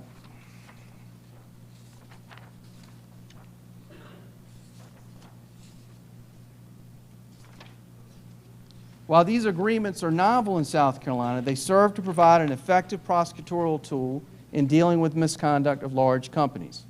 And like I said, it also sent a message to these companies. What's the next slide? Now, I get a lot of questions, and you know, with this probe comes criticism, and I like criticism if it's fair criticism. In fact, if it's fair and good criticism, I'll take the advice and do something else. If you can't change your mind, you won't change anything. But one of the questions I got was, well, why did you enter these corporate integrity agreements if the grand jury found probable cause that they committed lobbying with those legislators you convicted and Rick Quinn and Richard Quinn and Associates? Well, first, I set one thing straight and let everybody know, including a justice who said this incorrectly, but which was that the grand jury was 100% behind the corporate integrity agreements. They knew what we were doing. They knew that we were going to try to avoid indicting the companies. Second, y'all know this, probable cause is not proof beyond a reasonable doubt. And we were going to have a very difficult time getting convictions, not because of the merits of the case, but because of the procedural history of the case. Yes, it was also going to be hard to prove criminal intent because it would have been difficult to prove criminal intent when the companies refused to admit, or maybe they really didn't know, I take them at their word, that they didn't know that legislators were being paid from Richard Quinn and Associates. All the companies said if we had known that, we wouldn't have given Quinn RQA money. But most importantly, the reason we didn't try to, we reached the agreements instead of taking them to trial is we had a statute of limitations problem. As I'm going to talk to you about, one of the only crimes on our books that has a statute of limitations is illegal lobbying. We're going to talk about that. It's 4 years. And when you're getting delays because you're having to fight the Attorney General for months to take a case to court, when you're getting delays because nobody looks at a case for 10 months, well, guess what? 4 years ran up pretty quickly. So we were going to have a statute of limitations problem. But here's the other big problem, and we're going to touch on this briefly. If we had gone to trial and we prevailed, let's say we went to trial and we prevailed, we went against AT&T, and the Supreme Court says, yeah, man, you win, verdict stands. The penalty is a $2,500 fine and a timeout from lobbying. That's it. That's it. It would have been an absolute waste of time. Instead, we got a total of $352,000 and assurances, real assurances, that they were going to self-monitor and that there would be no more illegal lobbying by those companies. So that's why we entered the corporate integrity agreements. Statute of limitations issues, and the penalty would have been an absolute joke. Absolute joke. What else did we learn from the grand jury? What's that one, babe? Oh, weak ethics laws. The grand jury heard testimony from the former chairman of the State Ethics Commission, Herb Hayden, about the state's weak ethics laws. Let me just give you some examples, and we talked about some of these already. First, the only prohibition, or the only felony in that entire Ethics Act, it's a bunch of one-year misdemeanors. The only felony is for bribery. That's it. Everything else is a small misdemeanor.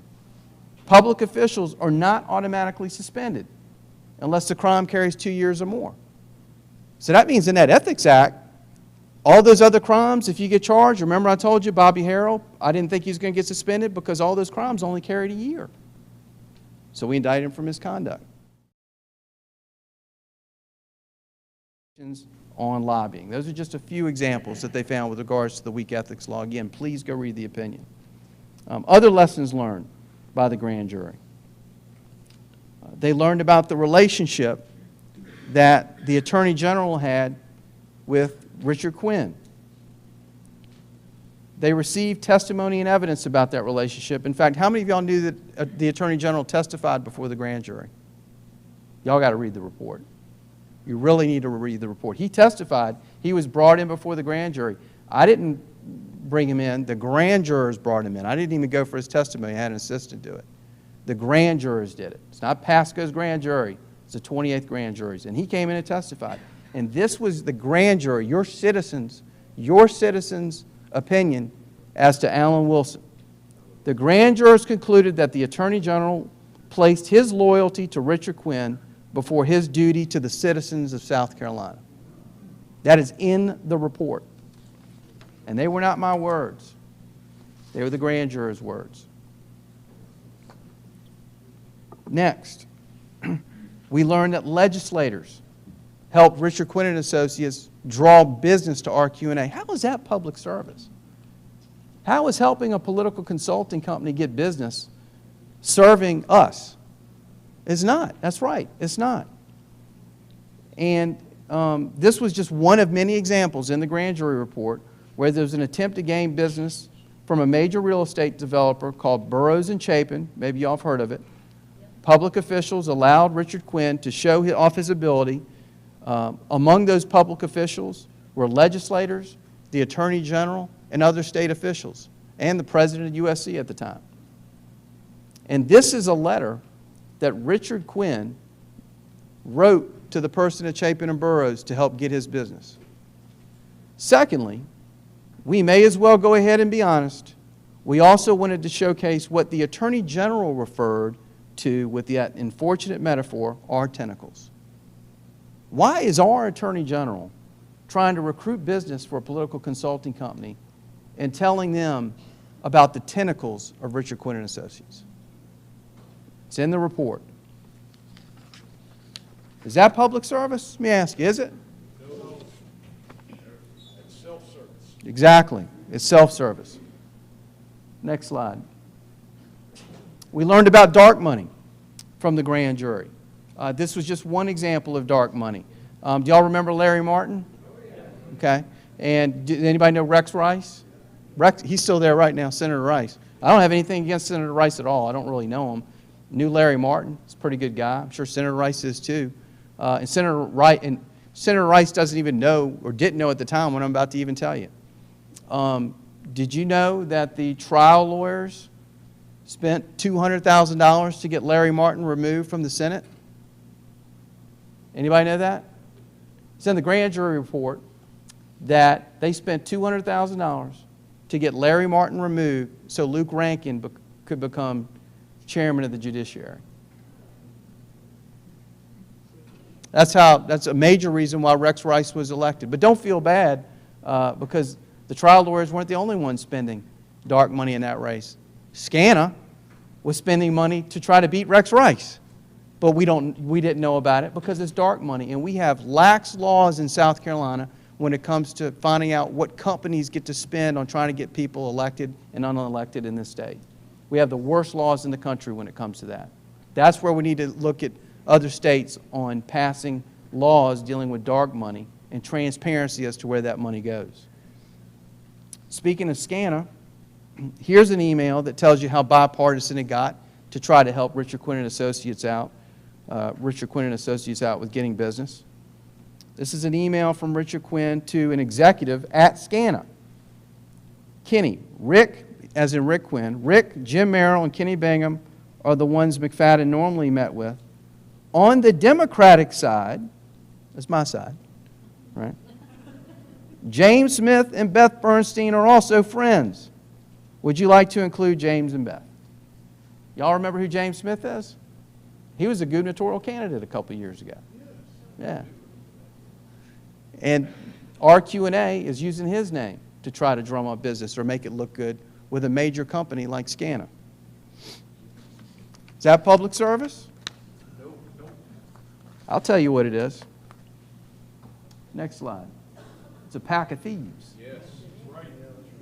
And that's a quote from somebody that you and I went to school with, Jeff. That's a quote. Is it still there? You lost it. That's all right. That was in an email that's in the grand jury report from one of the honest people that were at SCANA, where he refers to that whole group as a pack of thieves because of an article where James Smith, and his name's going to come up again, Democrat, got $28,000 from Alan Wilson's campaign account for representing Attorney General Wilson in an ethics hearing. $28,000. But you see how it's all ancestral? It's all the same names. They're using their campaign accounts to pay each other. They're bringing in businesses. When they bring in businesses, RQ&A pays them money. I mean, it's incredible, the amount of money we're talking about. And the names are always the same. Pack of thieves. Next. And we're almost done with the grand jury report. I really just want to give you a taste of it to get y'all to want to look at it. Are we on tort reform now?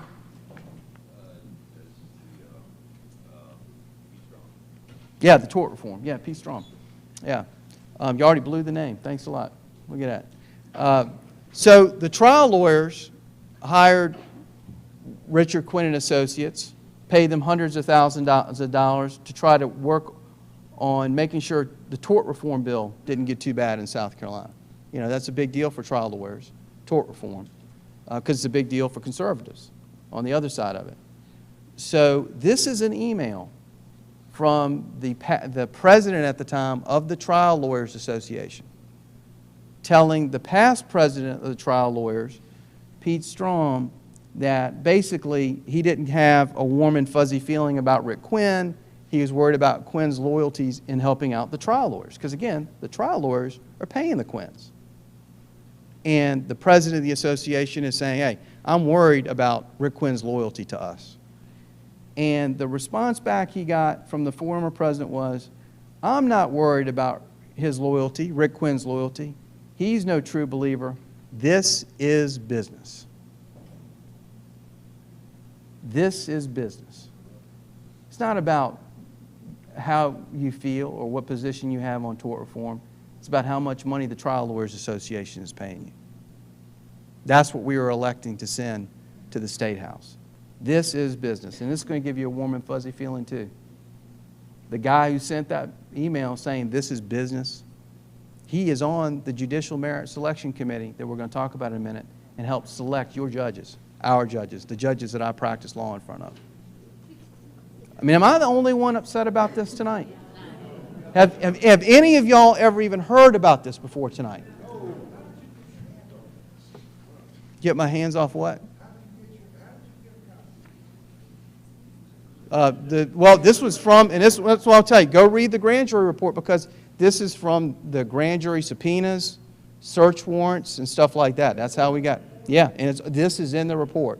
I wouldn't be able to talk about it if it was in the report. I know a lot more stuff than this, but I can't talk about it because it's not in the report. But this is in the report. Y'all can look. It's, I'm telling you, and there's more, sir. There's more. You need to go look at it. There's a lot more in the report than just that. Yes. Let's drain that Columbia swamp. That's right. I'm willing to speak out. Okay? I can't do it. We have to do it collectively. But I am willing to speak out. People got to do it. Exactly. Exactly. And I think the final slide on the grand jury, right? More technical difficulties? That's no big deal. Let me just talk to you about, to sum up the grand jury, I want to talk about those tentacles and some of the things, sir, that you'll find in that grand jury report. That legislators were making millions of dollars working for a political consultant that represents lobbyist principles in corporations, and we didn't know about it. The use of dark money, as we talked about, to control the Senate judiciary. Making a legislator, this is in the report. I'm going to make y'all look up who the legislator was. It's on the slide. I'm not going to let you see it now. But making a legislator take a dive on AT&T legislation. Unlawfully lobbying legislators on tort reform, as you saw. Serving a political consulting company over the interests of the people of South Carolina. Read the report. I know I've said it a million times, but read it. The grand jury found all this and more. They called for better ethics laws, and we didn't get it. They called out legislators and companies for unethical or questionable behavior. They called out public officials for lack of loyalty to us, the citizens. But nothing's changed. 3 years later, it's business as usual, as we saw from that video about the plane and the tax dollars going to a nonprofit. They're laughing at us. Yes. They're laughing at us. But with your help, that laughter is going to stop. That's right. The next thing we're going to talk about is that second part, which is criminal justice reform. Don't make me take another 5-minute break.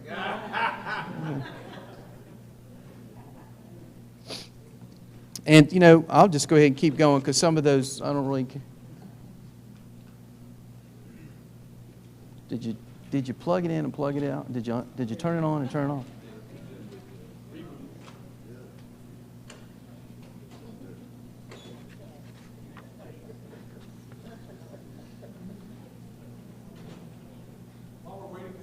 Yeah. I'll tell you what, let me answer questions while we're waiting on that. Because, it's past my bedtime. I'm not going to do a good job answering questions.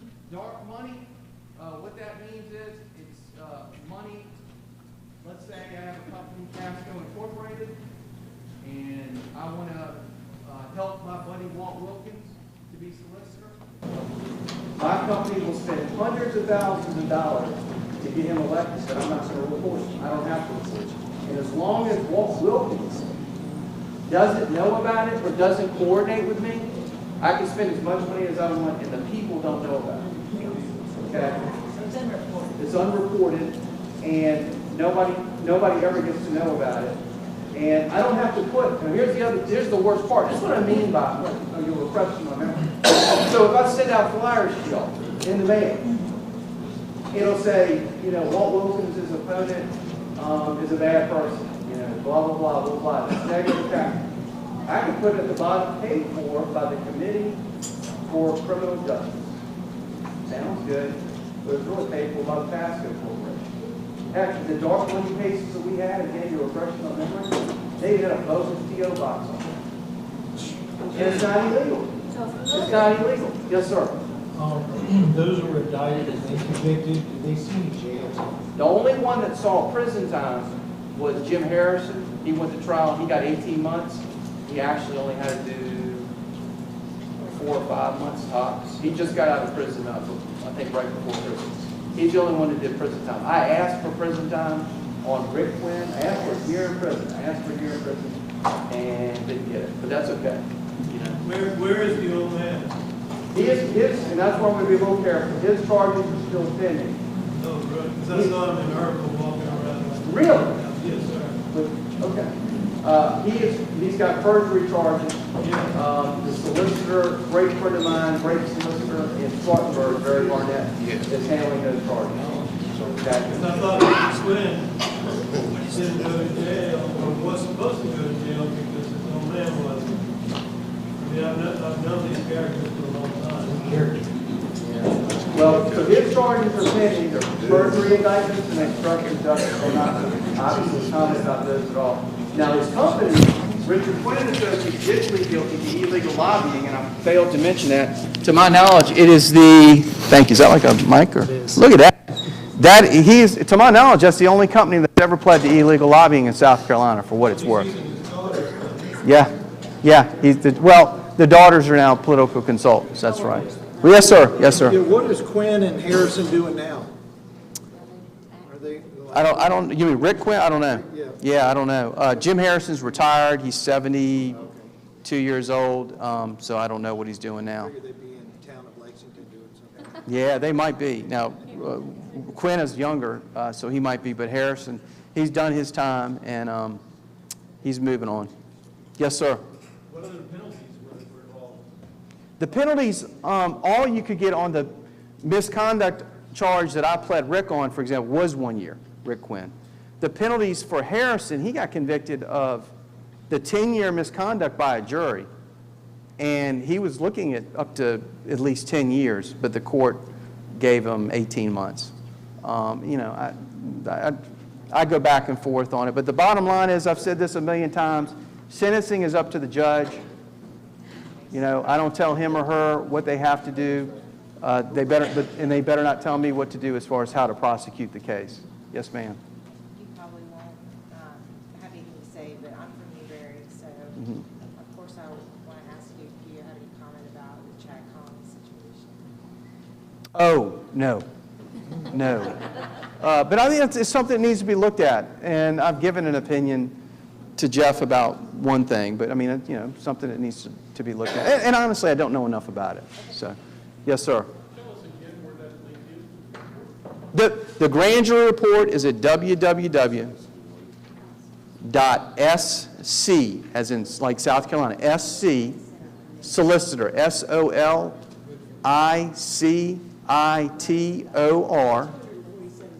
and the number 1.org. In fact, there it is right there again, sir, for y'all, www.scsolicitor1.org. It is a 200-plus page report. However, most of that 200 pages is the exhibits. Okay. So the report. I wanted to ask you, like, if I do And 47th, but I can just do the pages that are not. Sure, yeah, I think you can. I think the report might be 46. It's like Either way, 50 it'll be in pages. the minutes. Yeah, okay, good. And most of that Exhibit A, the other good thing is that SLED report we talked about is one of the exhibits. That's in there, okay? So there's good stuff. Yes, sir, and then we can get started again, and I'll answer questions again. Yes, sir. Fine, did they pay the money back? Not $900,000, no. Not like that amount of money, no. But they were fined, but just whatever the penalty carried, and I can't remember what it was. It wasn't much. Did they have to sell their boats at the harbor? So, I'll answer one more question, and then we'll get started. And I promise I'll stay and answer as many questions as you want tonight. Yes, sir. How common is the dark money thing? How, How common is the dark money thing? It seems like it's only leadership. Does the first term state house rep get involved? I really can't tell you how common it is, but I think it's common. I mean, it was certainly common with this group of people. And the reason I think it's really common, and the grand jury mentions this, we have such a lax law when it comes to dark money. In fact, we have no law anymore. We had a statute in the books, but the Supreme Court, U.S. Supreme Court, or a federal court, they found it unconstitutional, along with a lot of other states. It wasn't just us. It actually involved other states and maybe even the federal government, as I recall. I'm not 100% sure. But those other states and even the federal government corrected the problem with other laws, with other statutes. South Carolina can't get it done, never did. Larry Martin, to his credit, he tried to get it done, but couldn't. And of course, ironically, he then loses because of dark money. So they don't want that changed up there. Dark money was used in the chairman's race here for Greenville GOP. They sent out hit pieces on myself and Presley Stutz to some anonymous P.O. box over on Augusta Road. And we don't know who did it. We should know who did it. I got my feelings, but they're trying to stop us from putting people like this in front of you and we the people and finding out what they're doing. So it's everywhere. It's pervasive. Mm-hmm. And I'm okay, this is my personal opinion, because some people think, I don't mind going above that limit with corporations paying more than $3,500 for statewide, but they ought to put their name on it. You ought to know that those are the, how many people do you think, when they got that literature, that conservatives, when they got literature against Larry Martin, if they saw, ooh, this is a trial lawyer's paying for this? You know, a lot of people might have said, no, I'm going to stick with Larry, you know? So I don't know. They at least should put their name, who they are, on their ads. So we're going to move to the second part now, which deals with criminal justice reform. As I told y'all earlier, with regards to violent crime, the first thing we need to do is prioritize in South Carolina how we're going to reduce crime in South Carolina. And we're only going to do that by worrying about violent crime in our backyard and not about gun laws in New York or voting laws in other states. We need to worry about South Carolina. We need leaders to acknowledge that this is a major problem for our state and to implement solutions to tackle the problem. Solutions that are not a tough sell and not exactly reinventing the wheels either. We're going to tackle the problem first with tougher sentences. Tougher sentences for violent offenders, truth in sentencing for all offenders, and not passing laws that retroactively reduce sentences and let other offenders out early. As we talked about, that's somebody's plan up there right now. Bond reform, we need it on both ends. We don't want people to stay in jail for shoplifting for 3 months because they're poor. But at the same time, the other end of the spectrum, we shouldn't have repeat armed robbers and repeat drug traffickers out on bond all the time, out of jail. They need to be in jail. We need presumed detention for certain cases, just like they have in the federal system. We need to end Senate appointment of magistrates.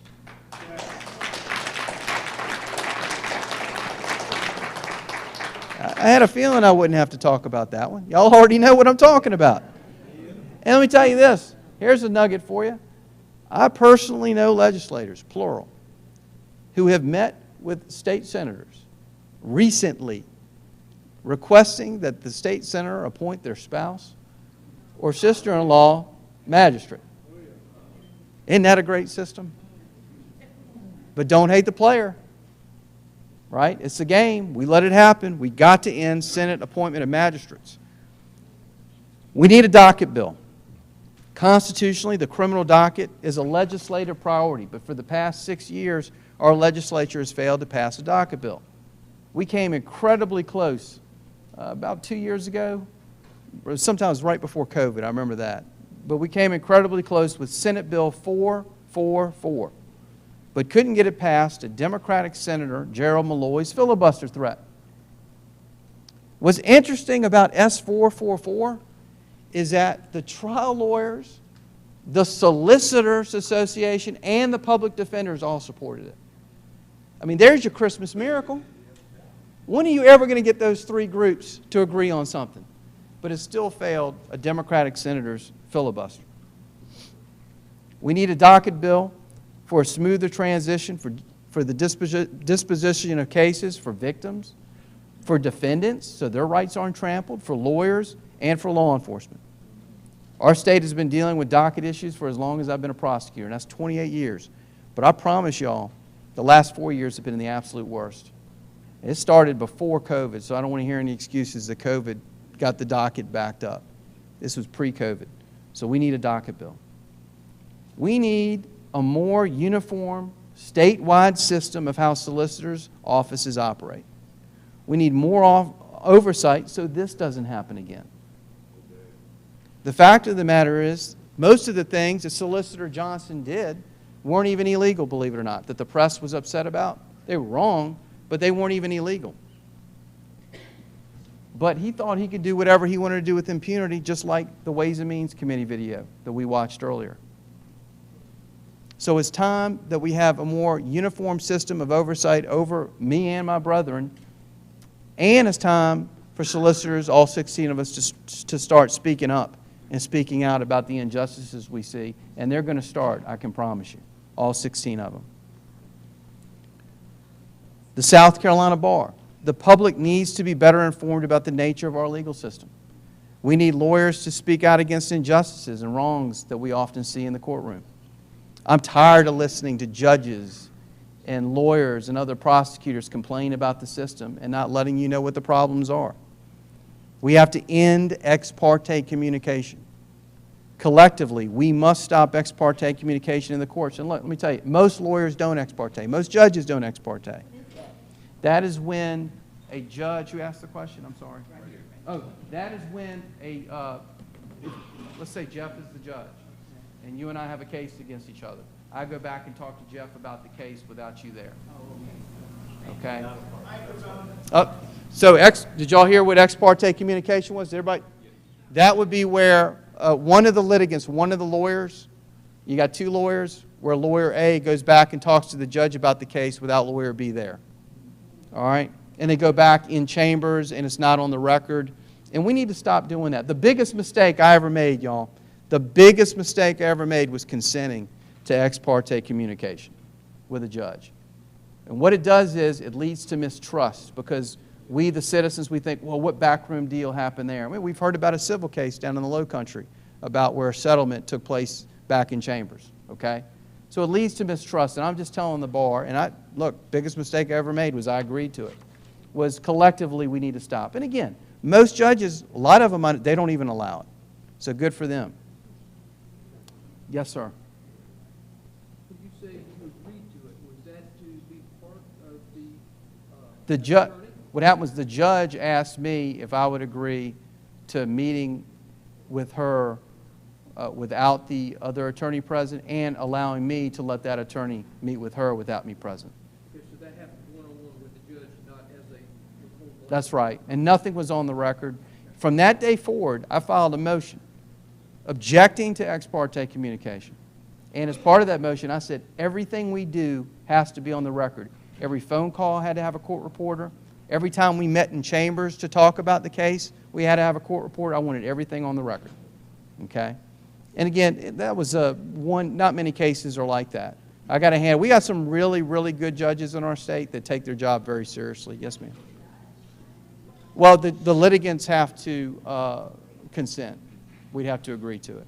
That's right. I don't think a judge should ever asked, because it can put the litigants in a really uncomfortable position. Well, the judge wants to do it. If I don't do it, he or she's going to be upset with me. Yes, sir.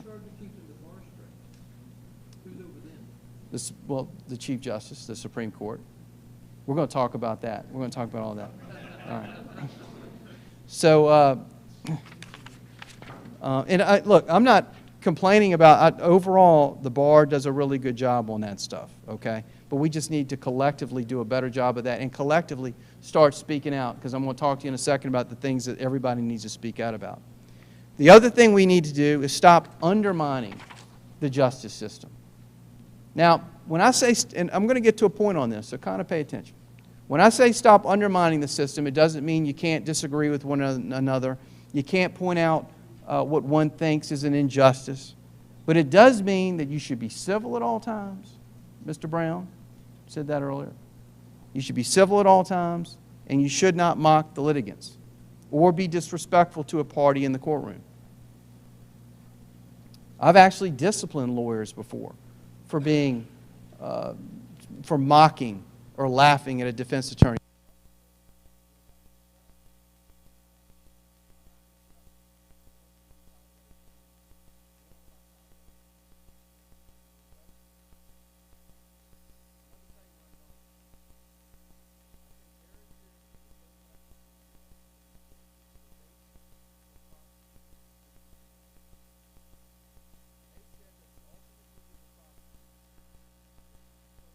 Of justice, whose only objective is justice, not convictions.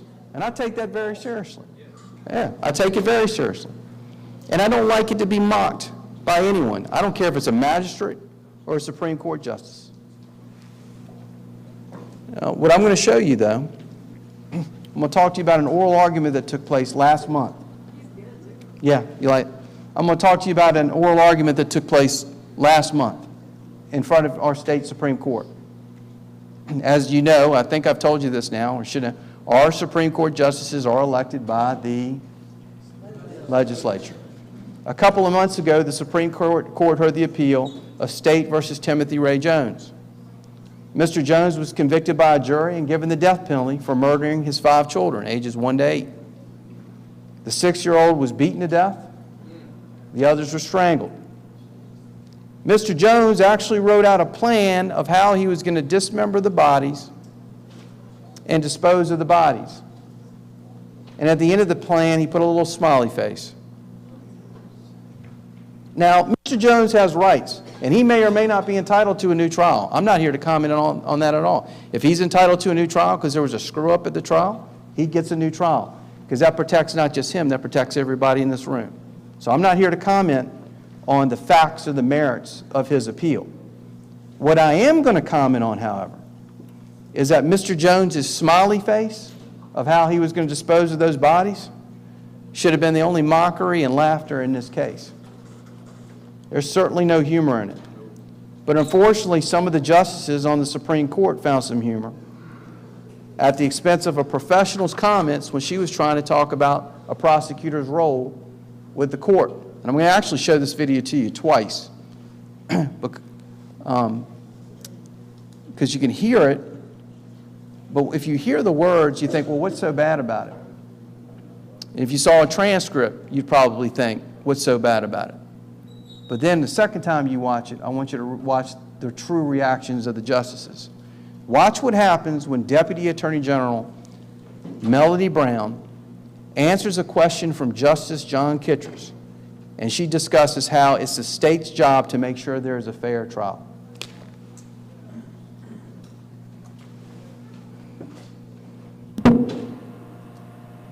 We're not doing this again, babe.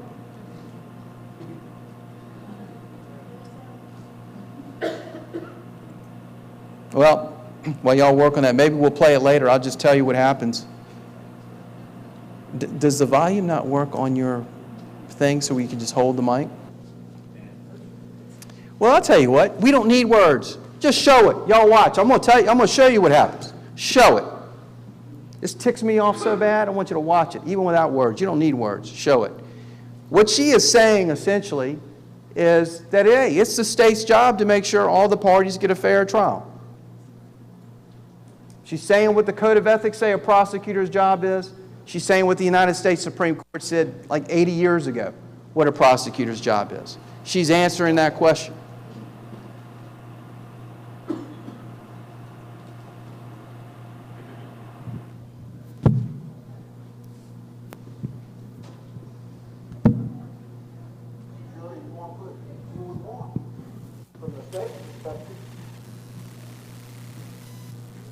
So he's asking a question. Oh, when she said how it's the state's job to make sure everybody gets a fair trial, I want you to see the reactions now, because you don't need to have to hear the words. Justice Kittredge says, I'm so glad you told us that that's what the state's job is. And this is the reaction he gives. Go ahead and just play it. You can see it on his face. And watch the guy to his right, your left.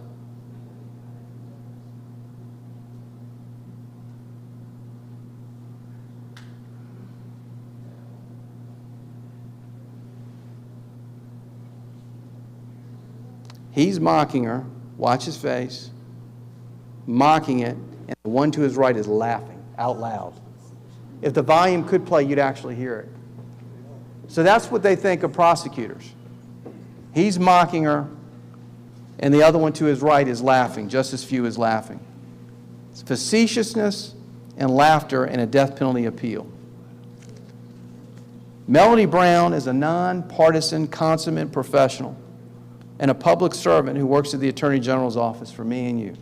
And she didn't deserve that mockery in that courtroom that day, or that contempt for stating what a prosecutor's job was. Lexington County Solicitor Rick Hubbard, he's a great prosecutor, even a better human being. He's the current president of the Solicitors Association. He's a Republican. He's one of you, okay? He's a Republican, but more important than that, he's a great public servant who never lets politics get in the way of his job. He tried that case, that death penalty case, and he had to stand up literally 10 seconds after that laughter and that mockery. He had to stand up and give the second part of the argument. And when I called him right after the oral arguments, I said, Rick, great job. Don't let him get you down. You did a fine job. I'm proud of you, brother. His first words to me, other than thank you, and he told me I could tell you all this tonight. His first words, I called him the other day, said, you okay with me telling this crowd this? He said, yes. His first words were, David, watching Justice Kittredge and Justice Few laugh with such contempt about our profession was the lowest point of my prosecutorial career. Mockery like that causes tremendous friction between the branches of government. And unfortunately, it's not an isolated circumstance. It's just one of the more recent examples that I can at least show you, even though you didn't get to hear it. And a lot of you, again, might be saying, well, Pascoe, what the heck can we do about it? Your representatives elect the justices. Your representatives elect the judges. So I'm just asking you to start paying more attention to what happens in a courtroom. Because we are responsible as to who our solicitors are and who's on the bench. Next slide. I want to talk to you about another problem we have in South Carolina. Currently, if you are a lawyer legislator in South Carolina, if you're a legislator who happens to be a lawyer, you get protection from court from January the 1st until August the 1st of every year. That is a minimum of 7 months out of the year. You get absolute protection and don't have to come to court.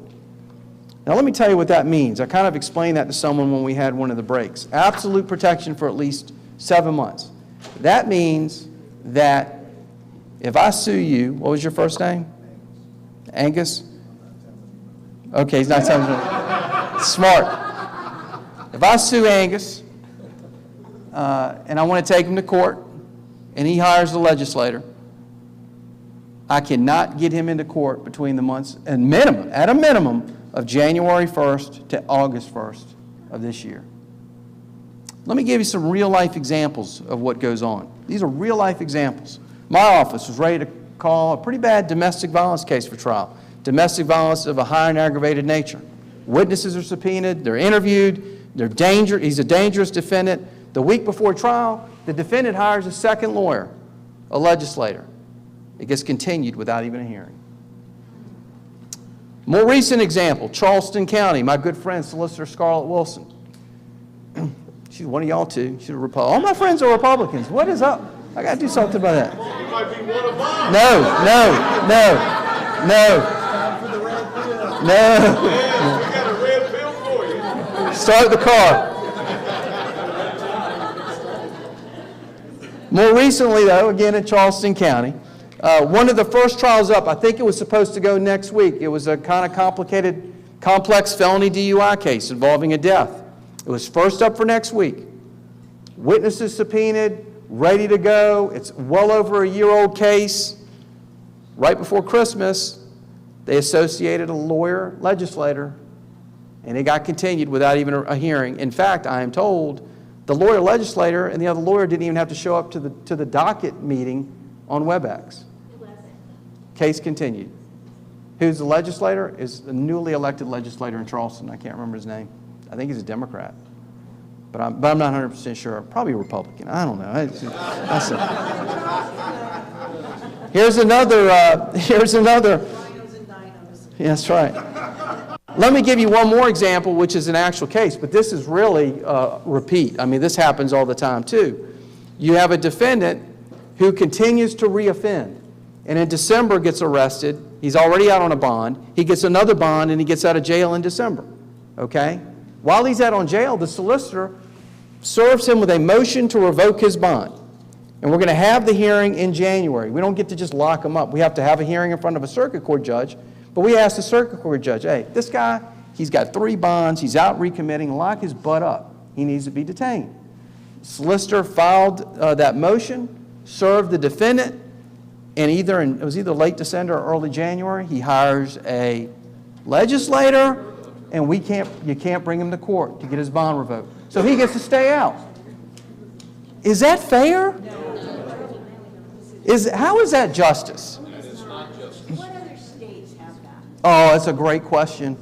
I'm going to tell you, because I tell you, one of my good friends, Duffy Stone, who at one time was president of the National District Attorneys Association.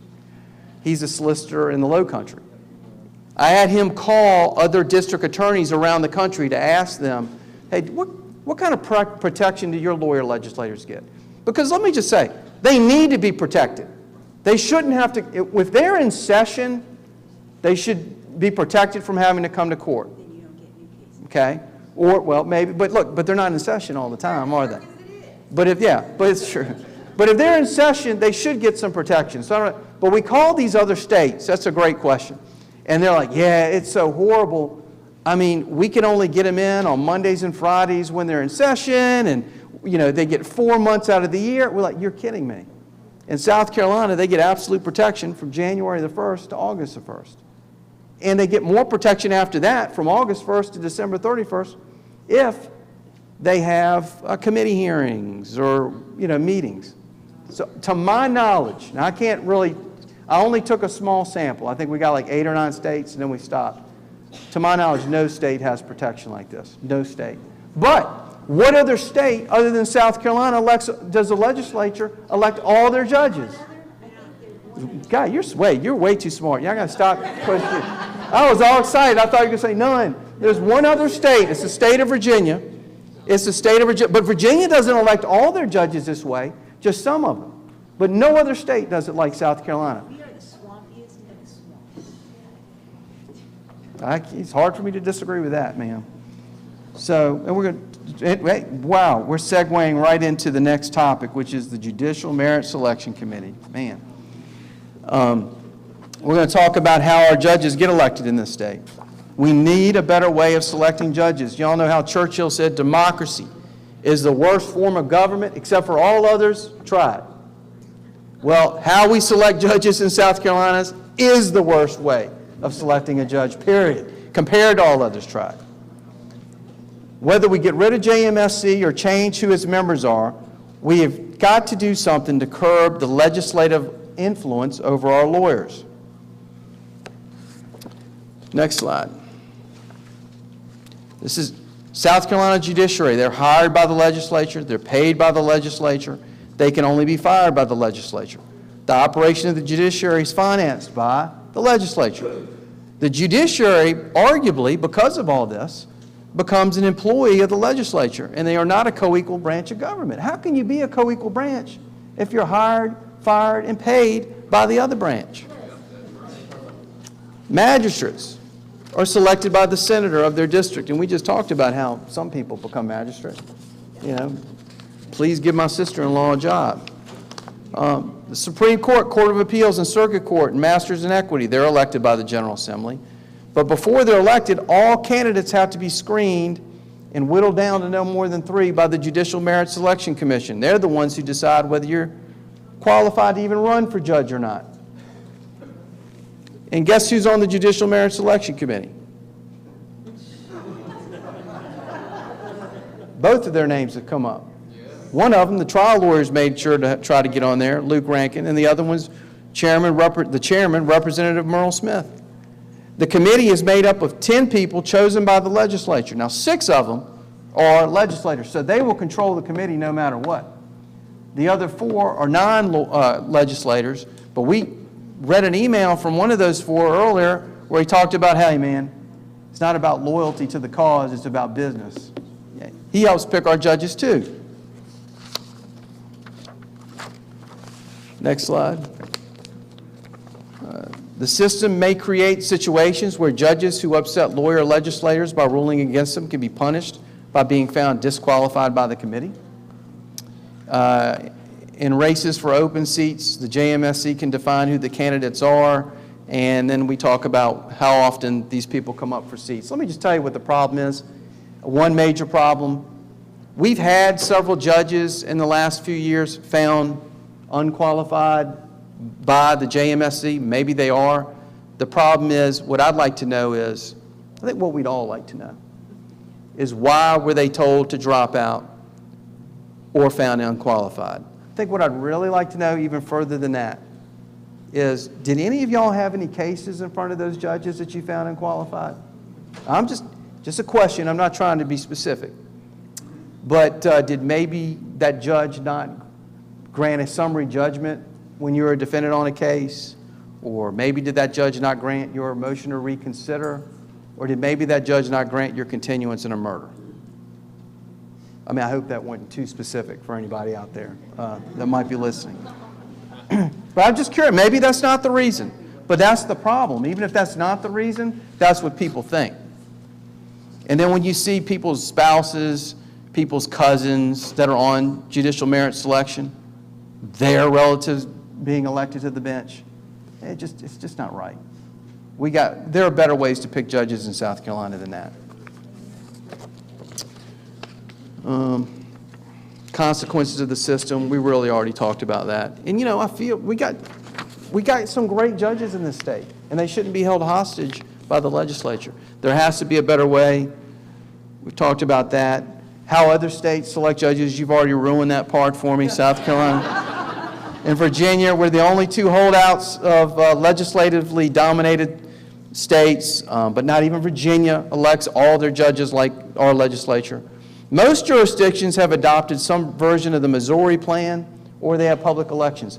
I used to think public elections were horrible. Still am not a huge fan, but oh yeah, give me that compared to what we have now. Absolutely. Absolutely. Bottom line, we have to get rid of legislative control of the Judicial Merit Selection Committee. Don't let anybody tell you, oh, it's going to be so hard to do because it's it's in the Constitution. They added the JMSC like 10 or 20 years ago into the Constitution. But not only that, the Constitution doesn't say that the JMSC has to be made up of legislators. So, if we're going to keep the JMSC, put private citizens on there. Put the bar on there. Let the bar tell us who's qualified to run for judge or not. But we've got to have an independent judiciary.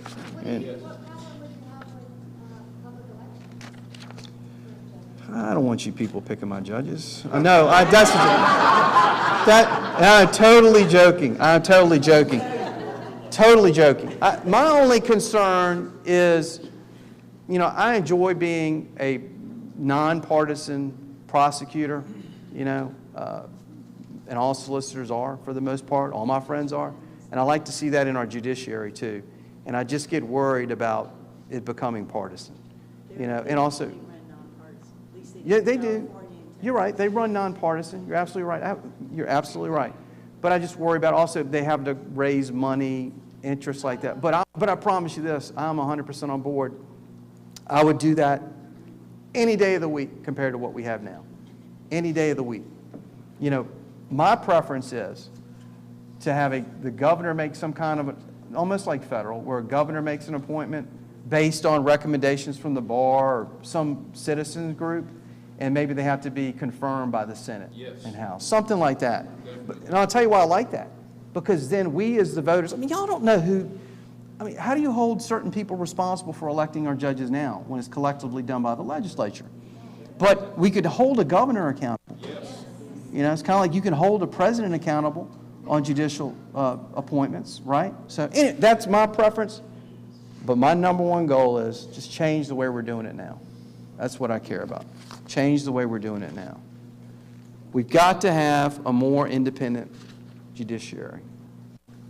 Shake all their questions is getting me lost, but I think I'll find my way. Here we go. Here we go. Okay, here we go.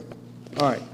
We got to have an independent judiciary. There's no reason why the judiciary is underfunded as much as it is. And by the way, I don't even think it should be called the judicial department. It ought to be called the judicial branch of government. But we're calling it the judicial department. But the judiciary, the solicitor's office, and I wish I had the public defender's figures up there too, they're all underfunded. They're underfunded, and it's totally inexcusable, as we're going to talk about in a minute. I mean, is it true? Jeff claims that we have the highest tax bracket in the Southeast. We do. We do? Yes. Is that true? Then it's totally. Yeah, sorry.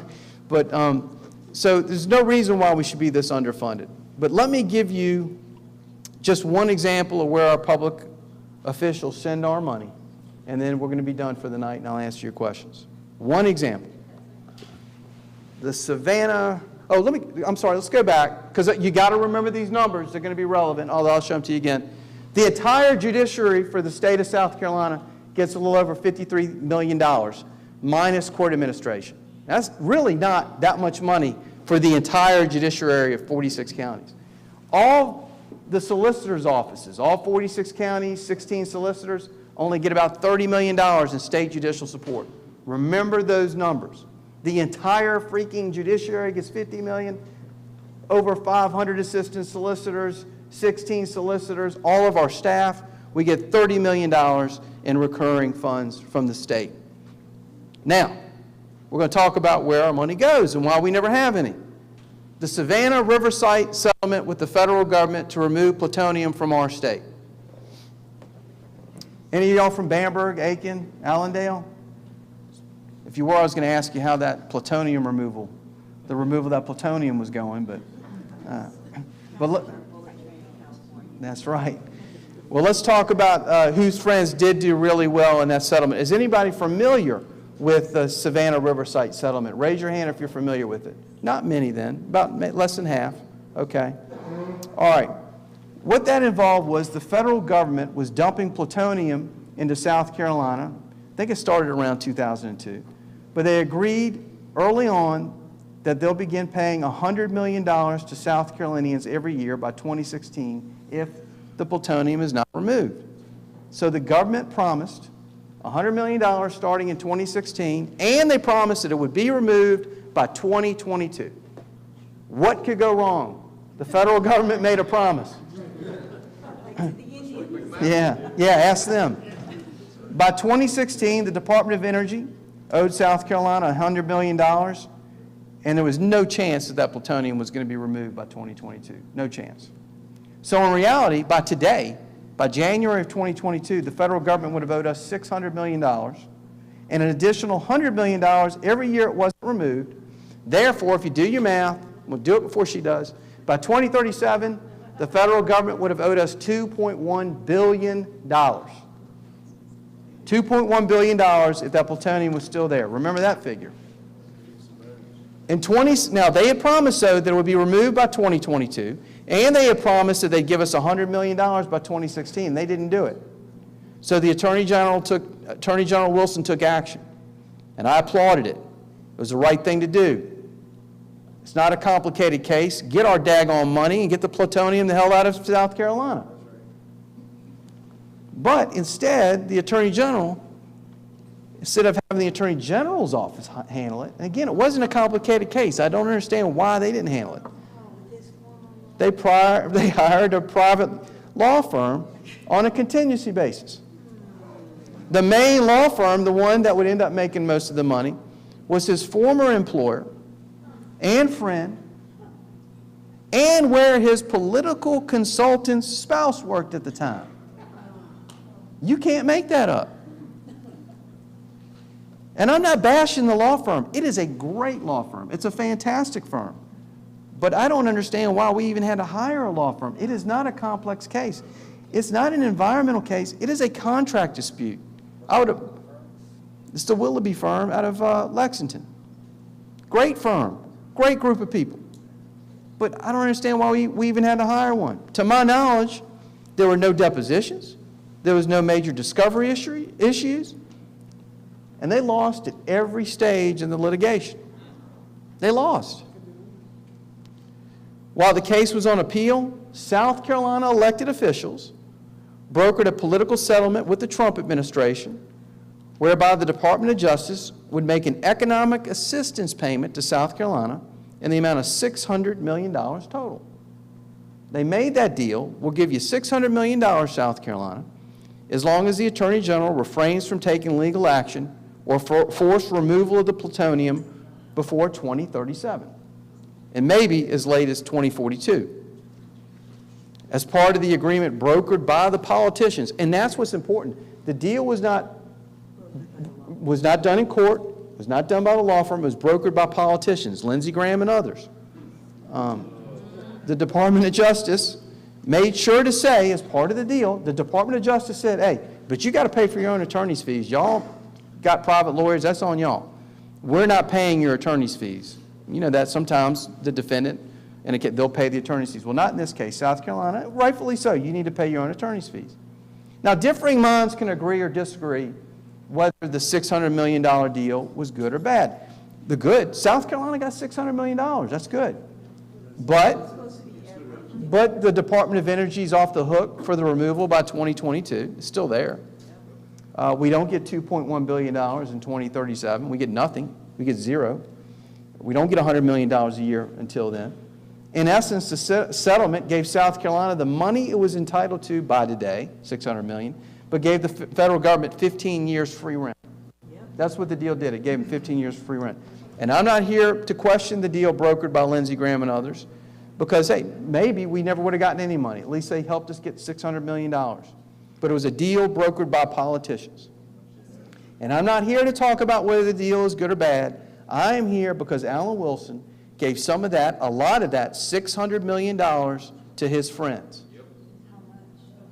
Specifically, he gave $75 million of that money, of our money, $75 million to the law firm. $75 million to the law firm. That's our money. Yes. For a simple case that didn't have depositions. That didn't, yeah, I don't either. And it's a deal brokered by politicians, not by the lawyers. I was flabbergasted, though, and this is where we're getting really relevant. I could not believe that nobody spoke out. Oh, one person did, other than me. I couldn't believe that nobody spoke out. I sent a letter to the Attorney General. I'm not even the solicitor in Bamberg and Aiken and whatever. I sent him a letter. I said, and I told him, I said, this deal reeks of political cronyism. I said that the $75 million is an enormous amount of money that could make a real difference in the lives of South Carolinians. And I told him that, in my opinion, the deal was unethical. I said, remember, I told you it could make make a real difference, next slide, in the lives of South Carolinians. Look at that. A law firm is getting $75 million when every solicitor in the state with hundreds and hundreds of lawyers, we're moving thousands, tens of thousands of cases a year, and we only get $30 million from the state. Only in South Carolina. Only in South Carolina. One public officer spoke up, and I was really proud that he did this. Governor Henry McMaster. The only other elected official other than me, and I'm just a solicitor, that spoke up to my knowledge on the settlement was Governor McMaster. He sent Alan Wilson a letter, and we should have known something hinky was up. Something was going on, because the letter says, as you know, I did not receive the settlement agreement until after you already signed it on behalf of the state. How do you not let the governor see the deal first?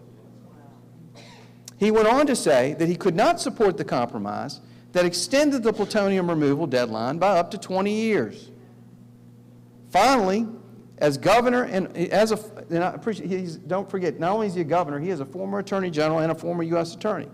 He said, finally, I want to note my concerns regarding the payment of the attorney's fees. I cannot endorse the payment of $75 million in attorney's fees. Thank you. But they still, as of now, they still got it. But I could not understand why no one else other than Governor McMaster spoke out about it at all. Who wins in this deal? Does the state of South Carolina? No. So nobody spoke out. No legislator spoke out. So guess who I called on September the 10th, 2020? I called Merle Smith. You got a picture? You got a picture of that, or is? Oh, there you go. I called him up. The same day I sent that letter to the Attorney General, I called Merle Smith. And it was a great call at first. I thought, man, this guy agrees with me. I said, Merle, why is nobody speaking out against this contingency agreement and the money? And I thought it was a great call at first. I thought that he agreed with me, but my optimism quickly dashed when I learned during the call that he had a contingency contract with the Attorney General's office too, similar to the types of agreements Willoughby and the others had. I learned that these contracts are called litigation retention agreements, which can be like class action suits or mass torts, and they can be potentially a lot of money. And I wondered, why in the heck does a legislator have a contract with the Attorney General's office on major civil cases? So after I hung up the phone, actually it's probably a week later, I decided, let me go look these contracts up. And to his credit, Attorney General Wilson has all those contracts. It's not many, it's like 7 or 8. Has them on the website, the AG's website. And I looked them up and I saw that Chairman Smith was not the only legislator who has contracts with the Attorney General's office. There is an opioid manufacturing case with Senator Kempson and Representative James Smith, former Representative James Smith. Y'all remember Representative James Smith? He's the one that got $28,000 from Alan Wilson's campaign account. He's also the one that Richard Quinn said, hey, come meet with him too if y'all want to. He's our friend. Why is he getting that? Now, in fairness, Senator Kempson, it's not really him. That's his law firm, Motley Rice. Okay?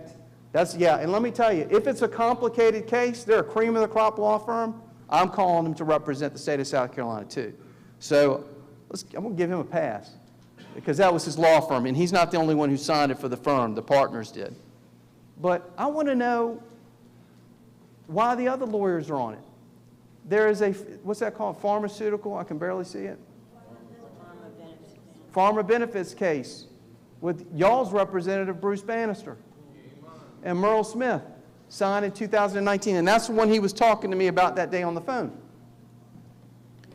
Then when I looked up more recently before I came here to speak, I saw that there was another one signed in July of 2021, insulin pricing, Bruce Bannister and Merle Smith.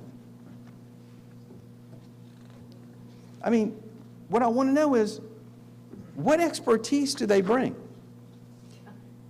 Isn't that a fair question for all of us to ask? What's the next slide? Because I also want to know, if I can read it, what are the qualifications of all the lawyers and law firms contracting with these representatives of the State House in these potentially lucrative contracts or lawsuits? What's the reason for having to even have outside counsel? That's the first question that needs to be answered. Why can't the Attorney General's office handle these cases themselves? I mean, think about this. If you kept the $75 million, think of all the civil lawyers you could have in the Attorney General's office handling all these cases, and then all the money could go to the state. I want to know what is actually done by all the attorneys. We have the right to know. These aren't private cases. These are cases where they represent the state of South Carolina. We should know what kind of work they're actually doing on the cases, especially before they get paid. Are these competitive bids, or does the Attorney General just get to pick his friends? I already know the answer to that, but I want to know the answer still. I want to hear it. I want to officially hear what the answer is. Whether these firms and legislators submit proposals, do these legislators that have these contracts, are they sponsoring and voting on legislation for the Attorney General's office? Now, that's easy. You're going to find that out for me right there. I can already tell she's already thinking about it. And the bottom line as I close, is this for the public good? I don't know why you're laughing. I know why.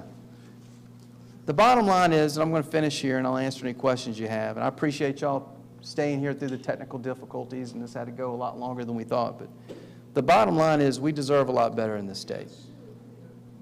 We should have spirited debate between us about crime bills, other legislation, where public money should go. We should be debating, should public money go to schools, health care for children, tax breaks, poverty, roads. But the first thing we need to do is get the money out of the politicians' pockets. Yes. And their focus on the people's interest, not their bank accounts. That's right. Just yesterday, as Chairman Davis mentioned, Governor McMaster announced that ethics will be a priority in 2022. And I tell you what, though, I'm going to take him at his word. I'm going to take him at his word. So it's great timing, and I'm going to take him at his word. And I applaud that, and I look forward to his specifics. That's what I want to see. The devil's in the details. And I look forward to his specifics. I just ask that you make sure it gets a lot more than lip service from the body that has to pass it, the legislature. They'll listen to y'all. They listened to y'all on mandates about a month or so ago. Well, the House did. The House did. The House did. But the bottom line, they'll listen to you. You're loud enough, they'll listen to you. Just make sure that they don't give lip. I promise you that they will listen to you on ethics reform. Just keep speaking out. They're going to listen. The great thing is, legislators, remember, they run every 2 years, and they're up this year. They'll listen to you. So I ended where we started. Justice in our state isn't going to happen unless you care and unless you act. Criticism is necessary and useful, but it can never take place of action or even a poor substitute for it. By the way, he was a Republican too, but he left your party. So, I promise y'all this, I'm going to continue to speak out and criticize, because what we discussed tonight is just a small fraction about what goes on up there. But all my speaking and all my criticizing won't accomplish a thing unless you act. That's right. So my challenge to you is action, and my challenge to you is to clean our house. Thank you. God bless you, and I'll answer any questions you have.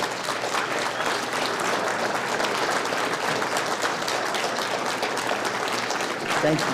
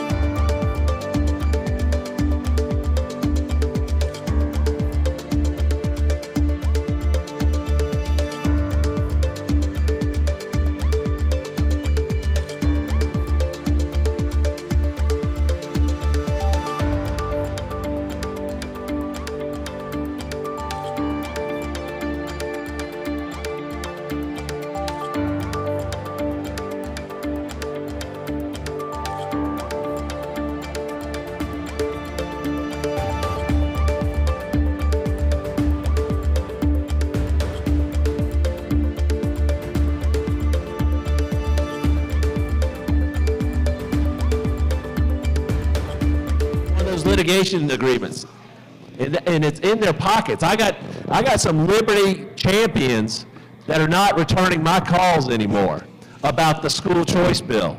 But guess what? 3 years ago, they would have never supported a 100% government-run school choice program, and today they're supporting it. And I'm like, what changed in 3 years other than this type of stuff? It's not that Jeff Davis is a bad guy and, oh, he's too controversial, he's suing 1,000 people and lost 1 billion lawsuits. That's not the problem. Okay. I've got a case in front of a judge against Nate Loip, where Nate Loip was telling people in this room that I and Presley Stutz had a rap sheet a mile long. That's a criminal rap sheet. I would not be a licensed attorney or CPA in the state of Georgia if I had a criminal record. And guess what? On summary judgment, the judge ruled in the other side. And it's a 12B6 motion. It is almost impossible to lose a case on a 12B6 if you've got even iota of evidence. And I've got people here in this room that were called by Nate Loip and told that I had a criminal rap sheet. How does that fit? But let us go ahead and move forward. We've got a couple things. The credentialing committee report, Brett Mercado, can you give that to us real quick? Next will be the minute approvals and then the meeting calendar. Brett? This is probably very much expired, but we had 83 precincts represented earlier this evening. Thank you, Brett. And as long as we still got 25, we can do what we need to do. So the minutes, we sent out the minutes earlier. Do we have any questions on the minutes that went out? I didn't receive any via email. Can we vote to pass those?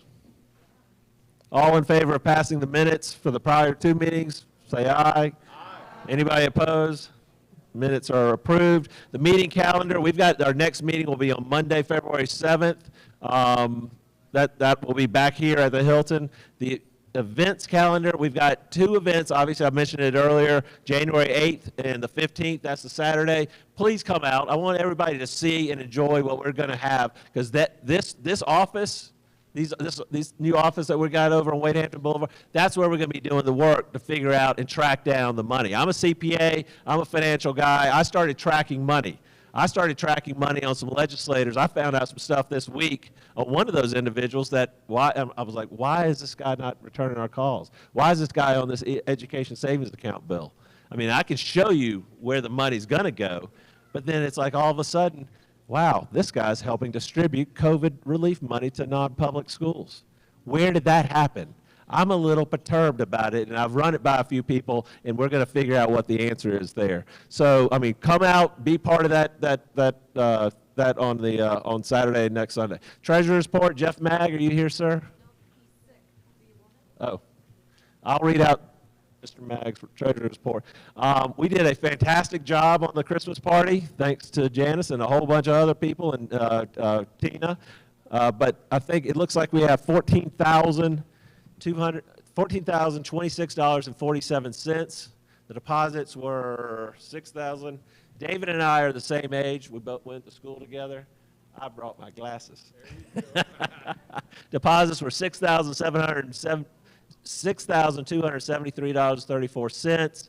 I don't know if this is up on the screen, probably not. Significant expenses were the Christmas party, $3,100. The Hilton room charge, $614. Christmas expense for an individual, $394.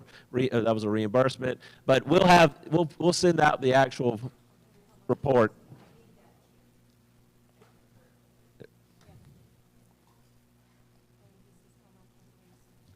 And how much was raised tonight? $1,306.42. So thank you, Cowboy. Thanks you. That'll be used for the new building. Thanks everyone for that. We were going to do a few reports from committees. I think it's been a long night, and I know we've actually got some candidates here that have come to speak. Do you guys want to speak? I think everybody is. We'll just get up real quick. Or go ahead. Yeah, come on up. I'm shorter speaker than Harrison. Okay, so I'm taking Tina's place tonight with events, and the big one is the logo contest. Now, I was only able to put that out on Signal. There's the flyer. and I'm hoping it'll go out in email soon. But the deadline is the 15th, and we really, really need a new logo because we are not your mama's GOP, right? We're new, we're different. I'm not even going to say fresh, but we're completely different. So think about that.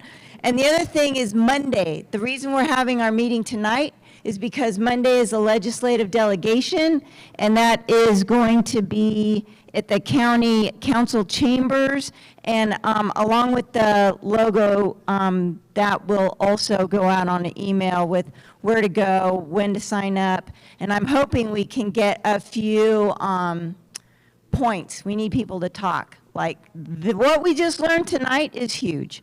So that would be a nice place. We all have some info.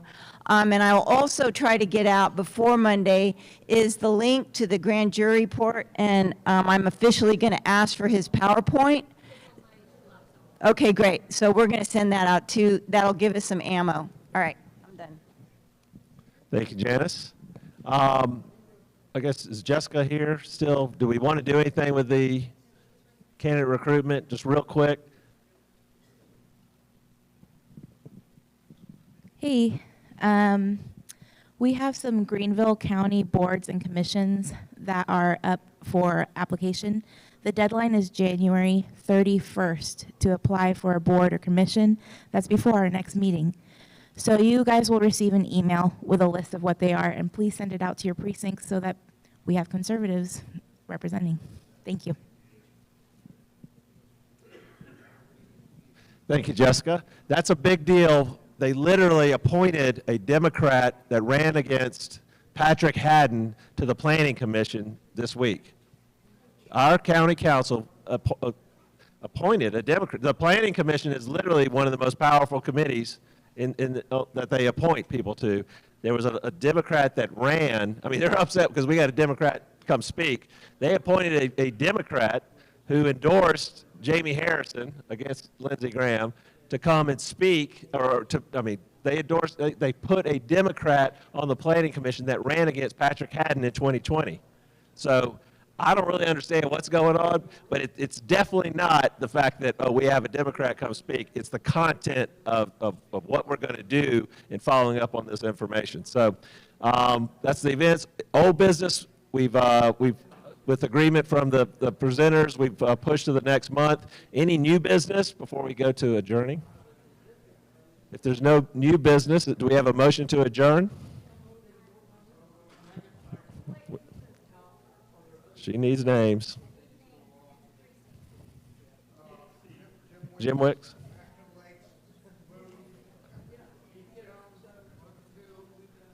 So, all in favor, say aye. All opposed, nays. Meeting is adjourned. Thank you for coming out. This has been fantastic. We appreciate it. But it's also a lot of work we got coming up. So thank you all.